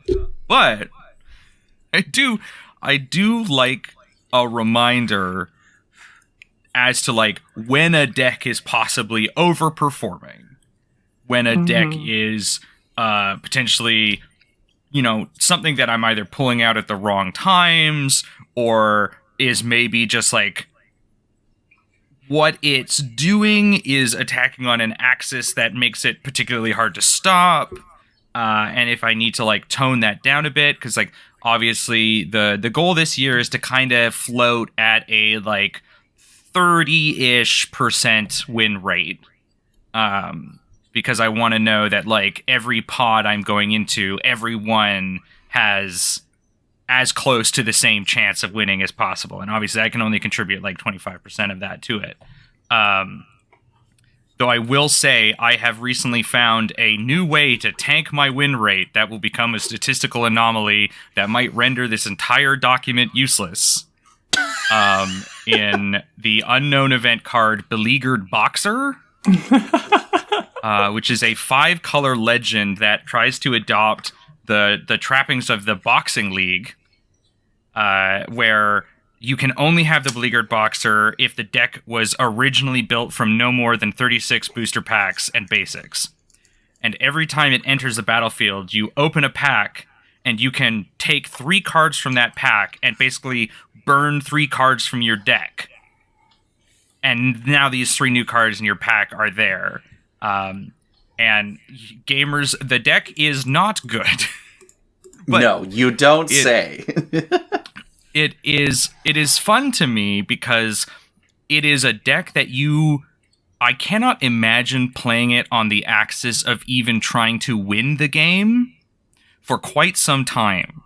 It has its own win condition, which is like leveling up your dude. Like with the mechanic level up, or like some other angle of leveling by up? like casting them, permanently changing your deck 3 cards at a time. Oh, in that sense. Okay, yeah, Every time you swap a card that sucks for a card that whips ass, like the bomb rare that you opened in that pack, like you're leveling up basically. Yeah, and I love that, but obviously I can't. Those losses have to be counted on a completely different scale because, like, you're going into. Rather than going into a game being like, oh, I hope I win this game of Magic the Gathering with my friends, it's like, oh, I hope I get to add some cool cards to my deck for next time. I hope I open some good loot. Yeah, I hope I open a banger. Why is this all shit? It's not even applicable. Yeah, I mean, it's up to 3 cards. That is the challenge. I won in a raffle for it was a charity stream. I can't remember which charity stream it was. But, you know, it's a thing that happens on a couple Magic streamers. But one of the raffle prizes was a box of Strixhaven set boosters. It was fun. Oh, okay. So I was like, okay, sick. So I have this like wild 5-color spell slinger sub-theme cares about cards leaving the graveyard. And that's going to be so weird and sideways to even open a pack and consider like, what do I want to add to this? I mean, you could also open a Mystic Archive card, maybe? Or is that only in... Yeah, you could just open, like, Time Warp. Oh, I've already opened the cards. Oh. And there are a couple Mystic Archive cards in the deck. None of them were Time Warp. Bold to think that I got that kind of luck. But... I have the list. I can throw it in the chat elsewhere. But it's an aspect of playing the game that I'm excited by the possibility of like dying a lot. It has that Rocky Balboa energy where it's like it's not about winning, it's about getting back up. I mean, that's a good... I think it's just good energy to have going into a Commander game anyway, and this just kind of exemplifies that experience. It's like, alright, let's see how I can cook. Opens pack. Alright, I guess we're cooking with the normal shit. Let's get it. Ding, ding! I do think there is a high delta of potential comedy of, like, opening a pack on a stream... with like 3 other guests or like 2 guests and like a host and being like, well, here's my garbage. Or like, damn, we got a great henge. Y'all ain't ready. Yeah. I mean, although hilariously opening a great henge and then just being able to add to the deck, yeah, that'd be pretty cool. There is an experience here. There's a theoretical, unquantifiable experience here that'll be interesting to see how that turns out over time. Mm-hmm. I got to play one game against it, and there were some events occurring. I definitely like to see the potential for that deck. It's the kind of deck where, like, what my sincere hope is someone seeing me play it makes them want to build it, and having the ability to, like, meet that person months later and see, like... How our Pokemon have evolved. That's gonna be sick. That's adorable. You want a rival? Yeah, Lenny, you don't want to. Yeah, Lenny. you don't. Lenny, let's also have a blood feud, but also, let's also be rivals. Lenny, let's race Pokemon together. Yeah, I'm gonna turn my hat backwards and I'm gonna be like, I challenge you to a beleaguered Boxermon. Lenny immediately enters the voice call. Well, I mean, you had me at raise Pokemon together. But yeah, that'll be interesting to see what happens over time. Mm-hmm. What if you open a 5-color commander? No. Oh, okay. It's gotta be, you can only, the rule stipulates that you can only replace cards that were in your hand or graveyard. So I guess the only context in which that would be permissible within the rules would be you open the 5-color commander while your regular commander is in the graveyard. Which, like, why would you do that specifically with this type? Yeah, exactly. Yeah. I'm just going to come out and say it right now because we're already at this point of the podcast. Like, it's an hour and a half? All right. I am getting sick and tired of seeing Slime Against Humanity. I'm so sick of it. Oh, stop. Shut up. I haven't got to build mine yet. For this one. I've seen it so many times. I've heard about it so many times. I see it in my dreams. I'm sick of it. I don't want it.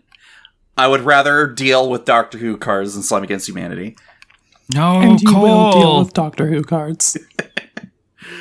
Cole, Illuna, Apex of Dreams, Cole. No, I am Cole, a Teamer Mage, but it's no. It's polymorph, Cole. That makes it worse. Don't do this to me. What's the downside of Illuna? You exile all these cards. What does Slime Against Humanity not care about? No, that makes it worse. In exile. No, I don't want this. Cole, I don't need this. It's gonna be so sick, Cole. No, it's not.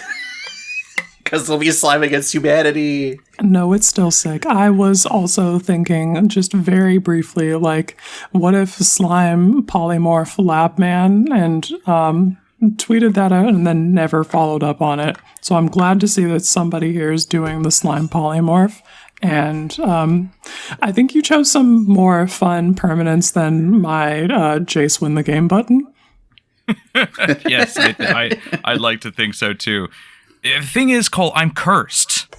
Mm-hmm. I'm cursed with this full art I am too, foil. But Yeah, you're blood cursed. I'm just cursed, but we're built different. I'm cursed with a full art foil Godzilla variant King Ghidorah. Bruh. King of the Cosmos. And for the longest time, it's just been sitting. I'm like, I gotta do something with this. There's gotta be something. There's gotta be something I could do. Chase Godzilla card. I know. I really wanted that version. When I originally got it, I was like, oh, I'm gonna get all the Godzilla cards, and I had a Ramos Dragon Engine mutate deck, and long story short, I do not have a Ramos Dragon Engine mutate deck anymore, and I have this like incredibly deluxe card just sitting around. Cole, you can't tell me shit. I'm gonna put so many slimes against No, I humanity can't, in because there. as with most things on this podcast, it's my opinion. But everyone's been slime posting, and I'm sitting here being like, ugh, gross, disgusting, and they're like, oh, my slime against humanity is in graveyard. I'm like, no, stop. You're allowed to be loud and wrong. It's fine. Okay, sure. Okay, well. Fine, sure, all right. Oh, cool. Touch the slime. You're gonna love it. Just touch the slime, bro. No, I don't even like doing that. Girlfriend bought like stimming slime stuff in like a tin can or whatever. And I'm like, wow, this is terrible. And she's like, this is fantastic. I'm like, okay, gross, but all right. The children yearn for slime. I went to the Chicago Aquarium on my last day after MagicCon. I touched a starfish, and I had, like, the Jimmy Neutron brain blast. I was like, slime! Slime! That's awesome. YTV slime, that's what I'm thinking of. Yeah, you gotta get that deck put together, and I wanna see it in action. Yeah, we definitely have a Moxfield version that we're going to be chefing with, because I will say the one downside with these, a deck can have any number cards, is it's a almost $4 common. Mm-hmm. Mm-hmm. Yep, that checks out. Yep. Thank God for my printer. Yeah. Shout out to the printer Secret Layers. Yeah, Secret Lair Slime Against Humanity. now in grayscale. Oh, can you imagine like the movie poster Slime Against Humanity though? Oh, damn it. That would be cool. Oh, gosh. Sorry. Oh, my. You know, I know that there's sort of the graphical, like being able to identify a magic card, but having a movie poster version of that would be pretty sick. It would I also absolutely be adore my DVD cover Shark Typhoon. I think the movie poster Slime Against Humanity would go just as hard, and I can't wait to see it. okay. We're manifesting this. We can't manifest this. The secret layer is going to have one. Listen. We're manifesting this from not WotC. It's going to have one Slime Against Humanity, one Dragon's Approach, one Relentless Rats, one petitioners. one petition. It's gonna be engineered in a lab to make all of those players be like, no.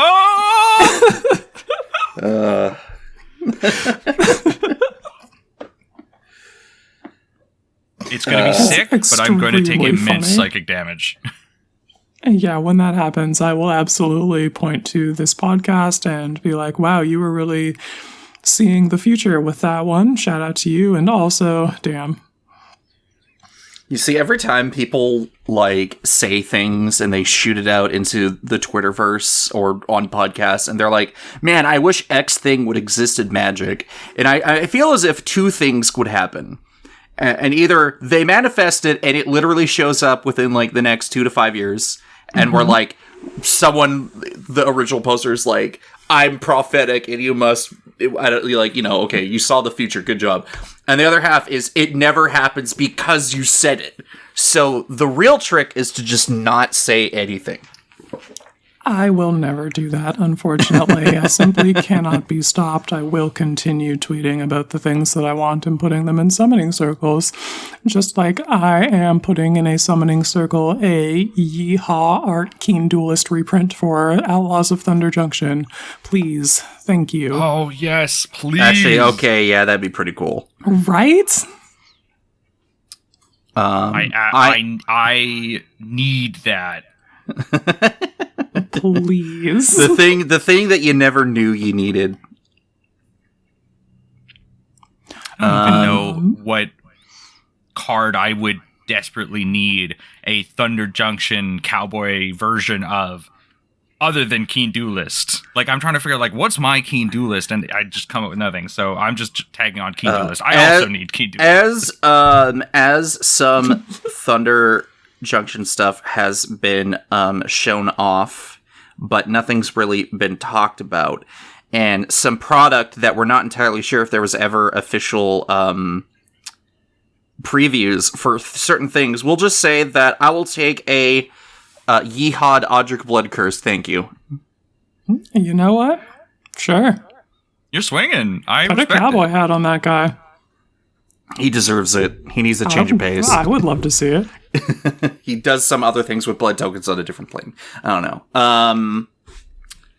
Let me just check the list here. I guess my one last contribution to the whole spread of things here, because I think you do have a few other decks to talk about. Lamau, yeah. As I had mentioned, I have now been inspiring people to do their variation of X Commander posting. # whatever. So Prophet varies, or MTG Prophet, he is taken to Windgrace posting. Nice.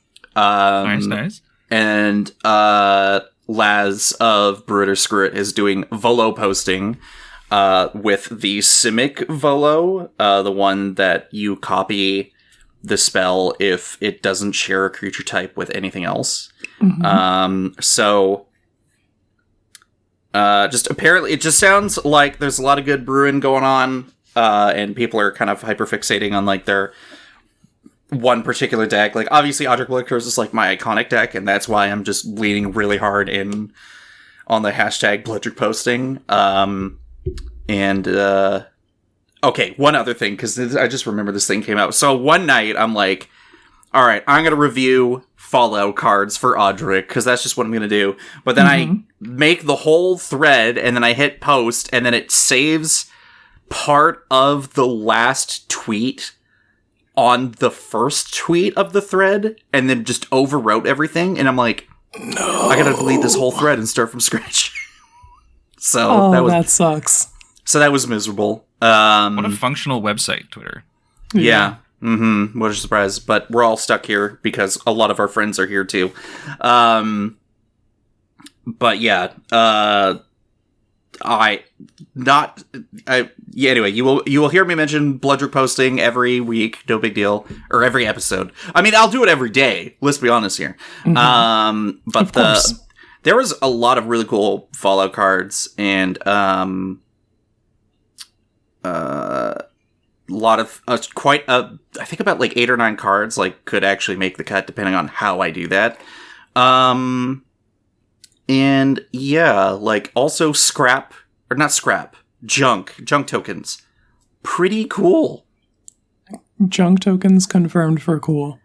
There's that red robot who like makes junk for like your Timna, basically. Yeah, Rose. Rose. Fucking bananas. I would like to play with that card.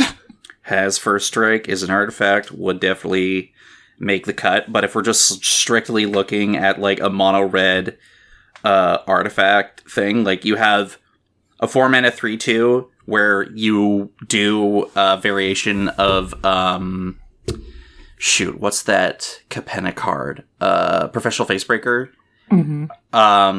And you get up to 3 junk tokens, and then you can sacrifice, whenever you sack a junk, you get red mana. It's like, yeah, that Rose is awesome. Just super cool, super awesome. Card advantage and mana? Yeah. Notoriously a powerful combo of effects, and yeah, I would like to put the card advantage and the mana on one cute robot. I'm just glad that she needs the Timna effect. Gotta get in with that damage. Yep. Yes. So, Quinn, when are you #Timna posting? When is Quinn not Timna posting? Well, okay, yeah, that's true. That is definitely true. I'm constantly thinking about something that works in a Mardu aggro build. Like Jeskai Phoenixes isn't like a deck that would be like Timna posting, even though Timna's the commander of that. It's more just like I use her to enable the Phoenixes. And Mardu Pawblade, it's still like I would be Pawblade posting, where even though Timna and Ignacio are the commanders. Yeah, but like what is your one, like you gotta have a deck that like stands above everything else. I really like Grixis Owling Mine, but even that's just like Owling Mine posting and not so much Ludovic posting. Like a commander, yeah. Everybody get really excited for losing 1 life and drawing 1 card. I mean, heck, that's everything. The only life that matters is 1. But yeah. You two have some other decks that you have to talk about. Yeah, I want to complain about energy for a bit, frankly. Oh, okay, yeah, sure. I have been putting in the fucking work with the pre-con science and with Dr. Madison Lee, and I really like the skeleton of what is going on there, and I just cannot find a good, satisfying payoff for generating the energy. I also put in a bunch of energy to make the energy, and doing all of that and not, like, getting, like, a payoff doesn't, like... I feel like I could be going harder, you know? Yeah, you could, but you would have to play a card that you don't like. It still sucks that, like, that can't be the only thing that makes like, energy cooking. Yeah, but that is that enables a whole strategy like that. Look, here's the thing, is that we are currently at an in-between point from energy as it was versus what energy will be, and I think we just need to sit here and wait to see what that will be, and then maybe your opinion can shift. I mean, they obviously made a good effort with the science deck. Yeah, I absolutely love to, like, turn dials and, like, flip switches and push buttons, and you get to do a lot of that in the science precon. It's extremely, like, for that kind of gamer. But I'm just like, I'm doing all of this like Factorio conveyor belt laying up, and then like, what am I working towards? And the answer, gamers, is not a giant enough robot, or not enough giant robots, or not enough robots, or the robots that I do get come in tapped and cost 3 energy each. A tapped 3/3. Putting in a 12-hour day for a tapped 3/3.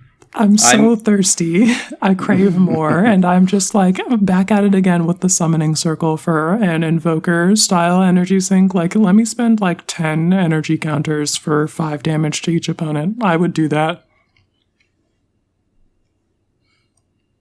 That feels like something they would do. Like, I just feel like it's a okay enough effect where they would feel safe at printing that. Yeah, like you just gotta make the like initial investment fucking ridiculous, and then I think maybe we can have that. I don't know, gamers. We see. will have to wait and see. I'm gonna keep fucking playing it because I love energy and I want to keep making, or at least trying to make it work. So we'll keep playing with the deck. I think my next experiment with that is to run it with Liberty Prime as the commander. I played a deck that was just Liberty Prime, like as the commander, built like separately of that, with like a little bit of energy sub-theme, but also just like, this is a Voltron deck for my giant robot. I'm gonna try the stock precon with Liberty Prime and see how that goes. Yeah, it'll be interesting to see. It'll be interesting to see what ends up happening. Yeah. So that's my tirade. I'm off my soapbox now. It's your turn, Benoit. I mean, gosh, thing I dislike I for some reason at this juncture in time cannot summon a great degree of hater energy. So I'm gonna go the route that Quinn well, did. That's my job. with special Mark II, and say that there's a deck that I've built recently that I specifically didn't bring to Chicago because I was like, if I bring this deck to Chicago, I'm just going to play this deck over and over again, and like, what would be the point? But I have a number of decks, and in them has been like one creature that I'm just always looking to cast in the color identities. And every time it hits the table, I'm like, that one poem by the boy, I was like, yes, the tiger is out. Yes. And that is Galta and Mavrin. This creature goes insanely hard. It is, I think it's like just over 1,600 decks on EDH Rec, which feels like a low number.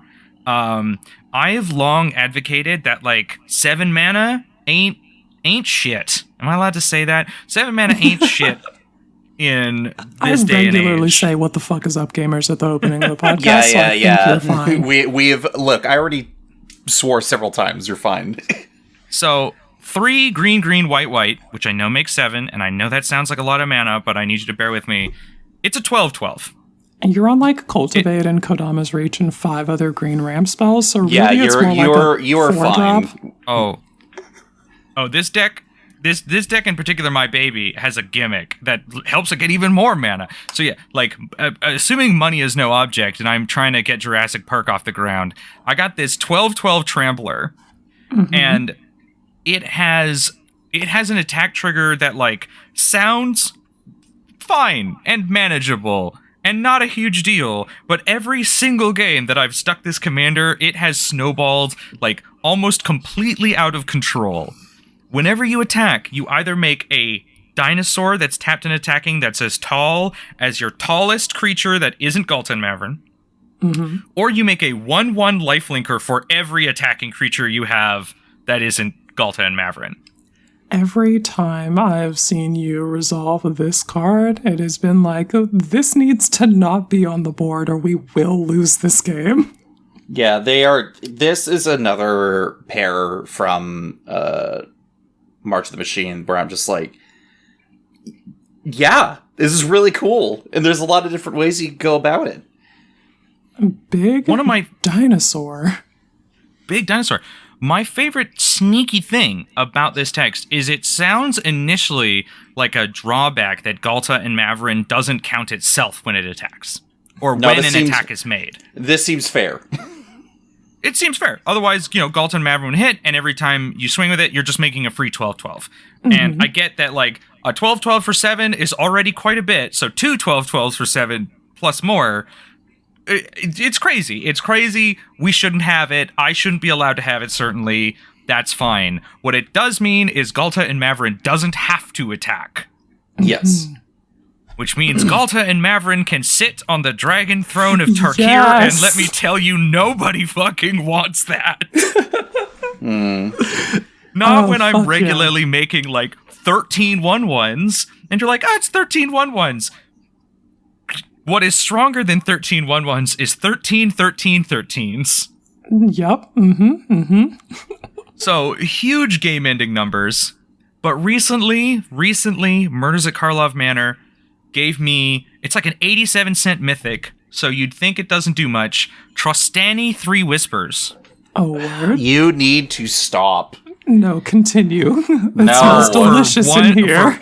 Green, white, and a hybrid green-white for a 4/4 legendary dryad that has 3 activated abilities. 1 in a white, target creature gains Death Touch until end of turn. Hybrid Selesnya, target creature gains Vigilance till end of turn. And 2 in a white, or 1 in a green for the first ability, sorry. And 2 in a white, target creature gains Double Strike until end of turn. Hey, yo. For 5 mana, Galta becomes a double striking, trampling 12/12 with Death Touch.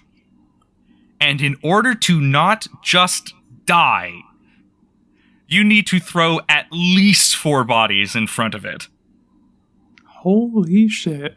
And it has Death Touch, so it's like Death Touch and Double Strike. Like you're not; those bodies are not even going to get a chance to like get their sword out of the sheath in front of the dinosaur. They are literally just there so that you don't take the magic 21 from a single Galta attack. Trostani is nuts. I am so looking forward to games with this card. I've only had it happen once, and as you might imagine, she caught a bullet immediately. I wonder why. I wonder why. Someone was like, that's a lot of words on that card. And I'm like, the important words are Death Touch and Double Strike. And they're like, goodbye. A magic card having less than 50 words on it is becoming less and less possible by the hour. Listen, Yeah, that's she fine. doesn't... Do more cool The stuff. abilities are not complicated. They're keywords. very straightforward. However, like you said earlier, you cannot be trusted, and therefore, if I got that removal on me and I see you with this, oh boy, it's on site. Oh yeah. Yeah, that seems extremely effective. Love to see that. Love that it's an 80-cent mythic. Fam, bulk mythics are like, they have my whole heart. Like Shaman of the Great Hunt, I think, the teammate mythic from you can get that guy for so cheap and just overperforms every fucking time I play it. It's so good. See, one of the things when this, as usual, like I send a bunch of cards out as fast as I can visibly see them to friends in different group chats and everything. And Galta and Maverin was like one of the very first ones. Mm-hmm. And one of my friends who doesn't really come out a whole lot, she lives pretty far away from everyone, was immediately like, hold on a minute. And I'm like, huh? And she's like, yeah, I might want to build this. And I'm like, well, you only play Goreclaw. Like, are you sure? And she's like, yeah. So I was like, cool. So I bought her one, and then I bought her one of the, like, Tarkir frame Goreclaws, because I'm like, look, I'm like, here's what's going to happen. And I can't remember if I gave it to her directly or I gave it to someone to hand off to her. I'm like, okay, so you're going to take this Goreclaw and you're going to swap it out for your Goreclaw and your Goreclaw deck. She's like, okay. And I'm like, and then you're going to take that Goreclaw and you're going to put it in the Galta and Maverin deck. And she still hasn't built it. Carol, come on. But, yeah, it feels like a no-brainer that it's like, if you want big, dumb, like, this is peak Timmy bullshit. And having it be at 7 is like absolutely nothing, not an issue. Hard. It's not hard. Yeah. Like green especially. This is also where I reveal that the secret theme of the deck is it's actually a 5-color deck. Because I have every card that makes token creatures of other colors. Specifically for Fey Burrow Elder and Bloom Tender. Oh, jeez. Get out of here. The deck's so good, secret, though. The secret card in the deck is Spirit of Resistance. If you control a permanent of each color, prevent all damage that would be dealt to you. If I was gushing about the 89-cent mythic that came out of Murders at Karlov Manor, I am double gushing about the 2-cent uncommon meme card that came out of Karlov Manor, A Killer Among Us. Blue, red, white. Amogus. Amogus. You get a red creature token, which is extremely hard to get in Selesnya, it turns out. Surprise, I know. So much so that I actually run Painter's Servant in the deck just so I can make stuff red. What is this? Wow. What the heck? Okay, anyway, so A Killer Among Us, it makes red tokens, and then... Yeah. So you get to play a little secret game where, like, you pick which one of them is the killer that you can reveal while they're attacking to, like, give it death touch, which creates a lot of fun situations where, like, I guess I'll just take the 3. Oops. It's time for a surprise pump. Or I'm going to block this thing. You have to kind of be willing to only ever chump block A Killer Among Us tokens. But otherwise, it's just like, it's incredible that there's this niche card that just supports the silliest sub-theme I think I've ever had in a 2-color deck to be secretly a 5-color deck. That is extremely funny. I am an appreciator of a good bit, and that's a good bit. You mean THEBENWA, notorious Baybit stealer that he has to... No, I'm kidding. That's my own in-joke. But yeah. I am capable of producing my own bits periodically. But it's just, yeah, you're coming at it from such... I don't know. I will be one to say that I'm a very boring, straightforward deck brewer. And so when you're telling me about how far that you're willing to contort your own body to ensure that you have access to 5 colors to continue doing the bit in a 2-color deck is impressive. My secret is I just find a card I really like that cannot be my commander, and I go like, this is the secret. This is the ingredient that the deck is secretly built around, and the commander is just kind of window dressing around that. That's part of I posted a list recently of like, here's some cards I find personally interesting, and like that's my entire brewing process. Is I'm just gonna look at some of these cards and I'm gonna be like, all right, what is the voice of a deck that is built for the Enigma Jewel? Or my current fascination, Expedited Inheritance. Oh, that card looks sweet. It looks dangerous. Wait a minute. I don't hold on. What is this card? It's a red enchantment that says whenever a creature is dealt damage, its controller may exile that many cards from the top of their library and may play those cards until the end of their next turn. This would, as a symmetrical effect, has some risks.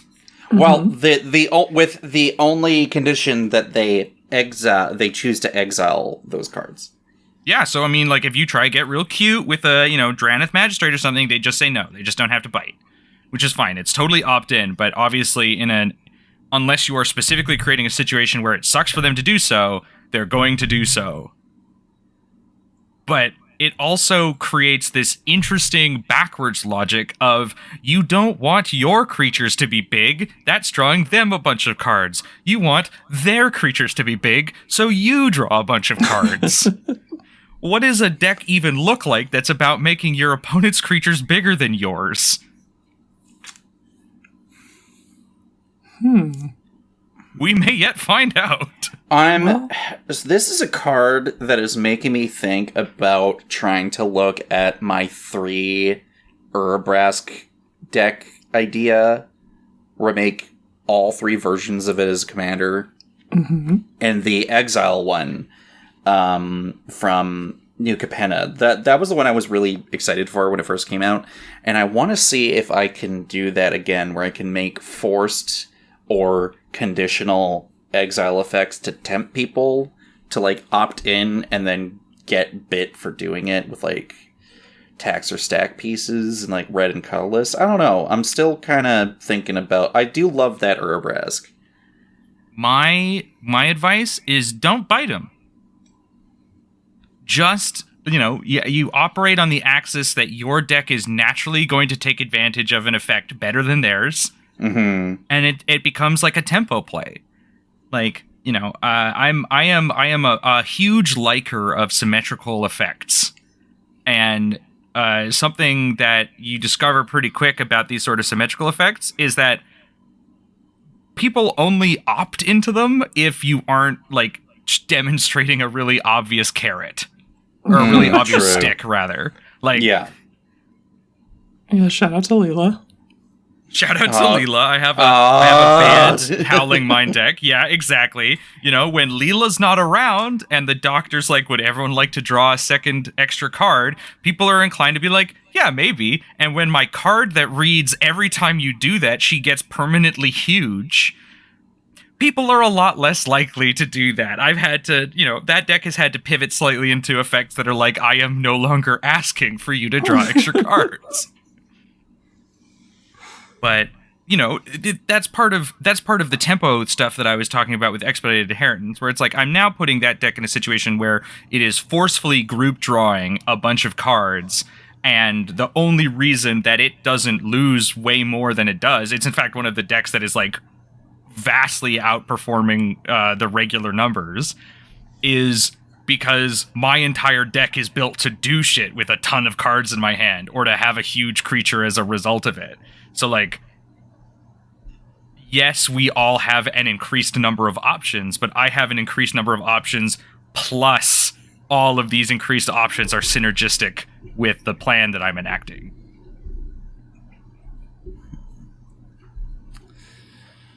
I have much to think about right now. I'm suddenly back on the Urabrask Heretic Praetor train because of this. Yeah, I think that's kind of a principle that I exercise in my Howling Mind deck. The biggest, like, example that I can think of is either, like, Tomorrow, Azami's Familiar, or the Teferi's Ageless Insight. Just something that's like, I'm drawing these extra cards in addition to you all drawing your extra cards, but when I do it, I get to, like, select the best one of the top 3 when I do that, like, one draw, and the other one's just like, every time I'm doing it, I'm getting twice as many cards out of the deal, and all of that is just like, sure, I'm giving you things in your hand, but I'm gonna have more and also weaponize it, because that's the kind of person that I am. We got that fucking sudden impact tech. And we're just gonna laser you. As much as I do, I often am like, I'm not the problem player, but, like, every time you talk about all these devious things, I'm constantly like, but what if I did that, though? And, I don't know. It's just always interesting having... Tell you what, why don't you show up to a Magic the Gathering convention and you can pilot one of my decks? Yeah, we can make it happen sometime. I'm sure we can make it work. Problem solved.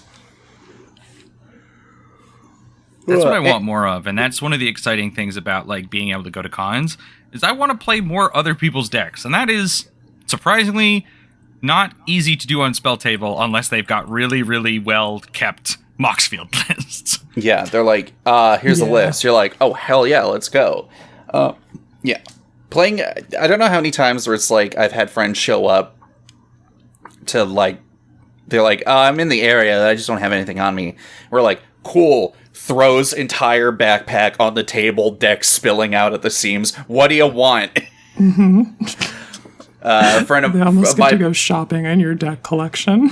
Yeah, my buddy Joel in Thrallman came by one of the stores. This was like months ago now. He brought him and his son there, and they were just picking some stuff up and picking up like D&D minis and singles. And then he's like, "Hey, what's up?" I'm like, "Oh, hey." He's like, "Oh man, I wish I knew you were here." I'm like, "Cool thing, I have like 6 or 7 decks with me today. What do you two want?" And they're like, sits down. What do you got? What are It's you like buying? the one time I got to live the brewer's dream at the like MagicCon Vegas, where we're at that like party, and then I meet some gamers who were like looking to game, and brought all of my decks with me. So I'm like, perfect. I would love to supply this pot of decks that I brewed. And It's always played a game it's always with all of my decks. always a unique experience to see what other people do with your deck that you're just like, did I cook? And they're like, you did cook, you just didn't see this line. And you're like, whoa, that's cool. Mm-hmm. I remember very early into my return to Magic and EDH borrowing a coworker's Zedru the Great-Hearted deck. And this was, I had been playing for a bit. This wasn't like the first deck that I had got or anything. And so I had like, I had established myself in the local meta, and I'm playing the Zedru deck, and I can't remember what I did, but I did something to someone, and the table agreed that they're like, of course you would be playing Zedru. Like, this is the most Benoit deck we've ever seen. And I was like, this isn't even my deck. This is your coworker's deck, who you've been playing with for years. And they're like, I don't know, you just play it different. Your swag is too different. You'll kill us. That's extremely funny. That's also hilariously on brand too. Mm-hmm. Anyone else? Zedru, affectionate. Benoit was Zedru, derogatory. Which is wild, because I posted that Twitter poll the other day about, like, would you buy into a Zedru deck that only gave you good things? Or would you just use those good things to attack Zedru? And it was like a 50-50 split. That's I wonder so if wild. I wonder if I asked that and made a Twitter post about it. I wonder what the different. We must figure this out. I will not make that tweet. Yeah, there might be Yeah. some too much Benoit energy in the premise of the poll that people are like, I don't trust it. It is once again the guy knocking at the cubicle and the girl turning around and being like, hi, and then Benoit shows up and the girl picks up the phone and says, hello, HR? Except it's always in a Commander game. I would accept Zedru's gifts. I played with other Zedru decks and players before, so I would probably also accept the gift, but I would be keeping an eye on you. That's fair. Yeah, of course. But you're supposed to be keeping an eye on the Benoit anyway. That's just responsible. Oh, well, gaming. that's just, I do that every time. Even during I was definitely looking at him during Killer Queen when he's just like, exile the graveyard. And I'm like, fuck. Exile the graveyard again. Can't keep getting away with this. He kept getting away with it until he broke the cryptics. Yeah. Anything else to follow up with this episode? Yeah, gamers, I got one last point here. Fucking Ezio again. Yeah, it's that guy. I built a deck around him. Twice, actually. So Go the on. first one was a very, standard, he's got a Wooburg activated ability, so it's a Wooburg deck. We're going to build it Wooburg and have all of these Wooburg assassins. And then I took a shower and thought, wouldn't it be extremely funny if it was a mono black deck and I either casted my assassins with the free running ability or with treasure tokens because they're hired blades? Yes. Okay, Yes, yeah. I was sorry, gang, this is a 2-hour episode. Like an hour and a half ago, when you were first mentioning Ezio, I was like, what if you made a mono black Ezio deck? There's a lot of assassins a in deck mono that black. only produces black mana and has 5 color creatures in it, and you have to free run them into play. So, same hat. I'm so excited to see it. Same hat, yeah. So I actually put that deck together too. And I have some of the color or assassins with colors that aren't black, and then a lot of the regular mono black assassins, and then like everything else in the deck, it's all black everything. We've got all of the swamps, and then I think the only two color producing lands that aren't black are like Command Tower and Path of Ancestry, which I think is fair. We've got the viewpoints in Ubisoft games, and the Path of Ancestry is very obviously the Animus. I'm allowed to have that. I wouldn't disagree with that. Yes. It fits. So yeah, that's my mono black Assassin's Creed deck. We actually gave it a play on the MTG Lexicon stream. And gamers, the concept is cool. Ezio is extremely cool. Assassins, not as cool yet. Yeah, I feel as if their history right now was very shallow. Yeah, a lot of them are kind of just destroy target creature buttons. And as soon as we get some more like high impact assassins, like her name is escaping me. I think fucking isn't Marchesa an assassin? I'm pretty sure she's one of the ones that was her I first think Marchesa, version? the Black Rose, is a wizard.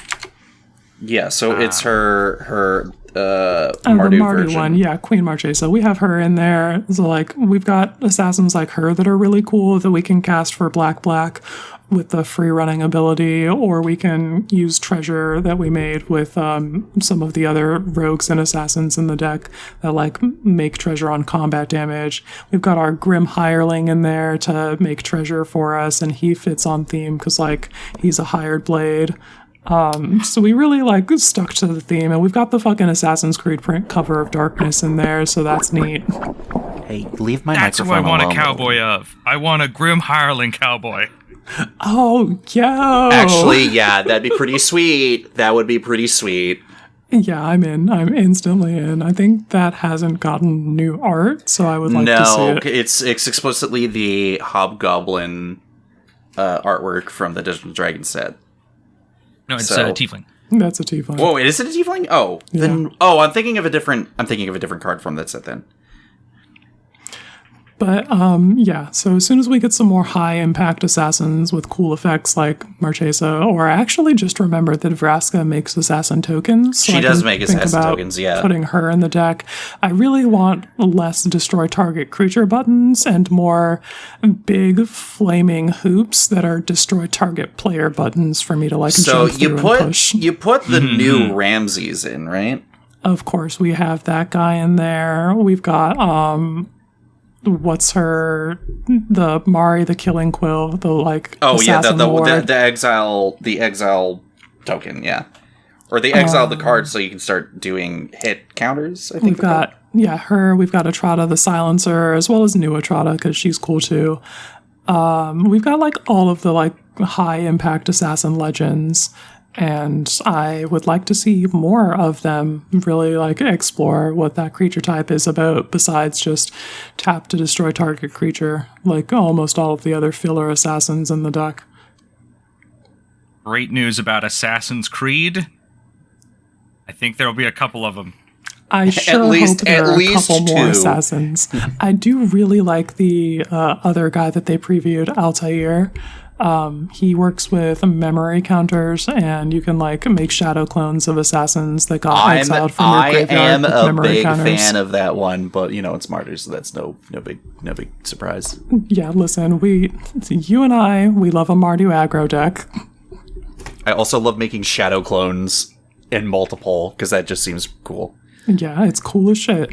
So I want to play some more of that. I'm looking forward to getting more of those guys. The deck will only get better as they print more cards for it.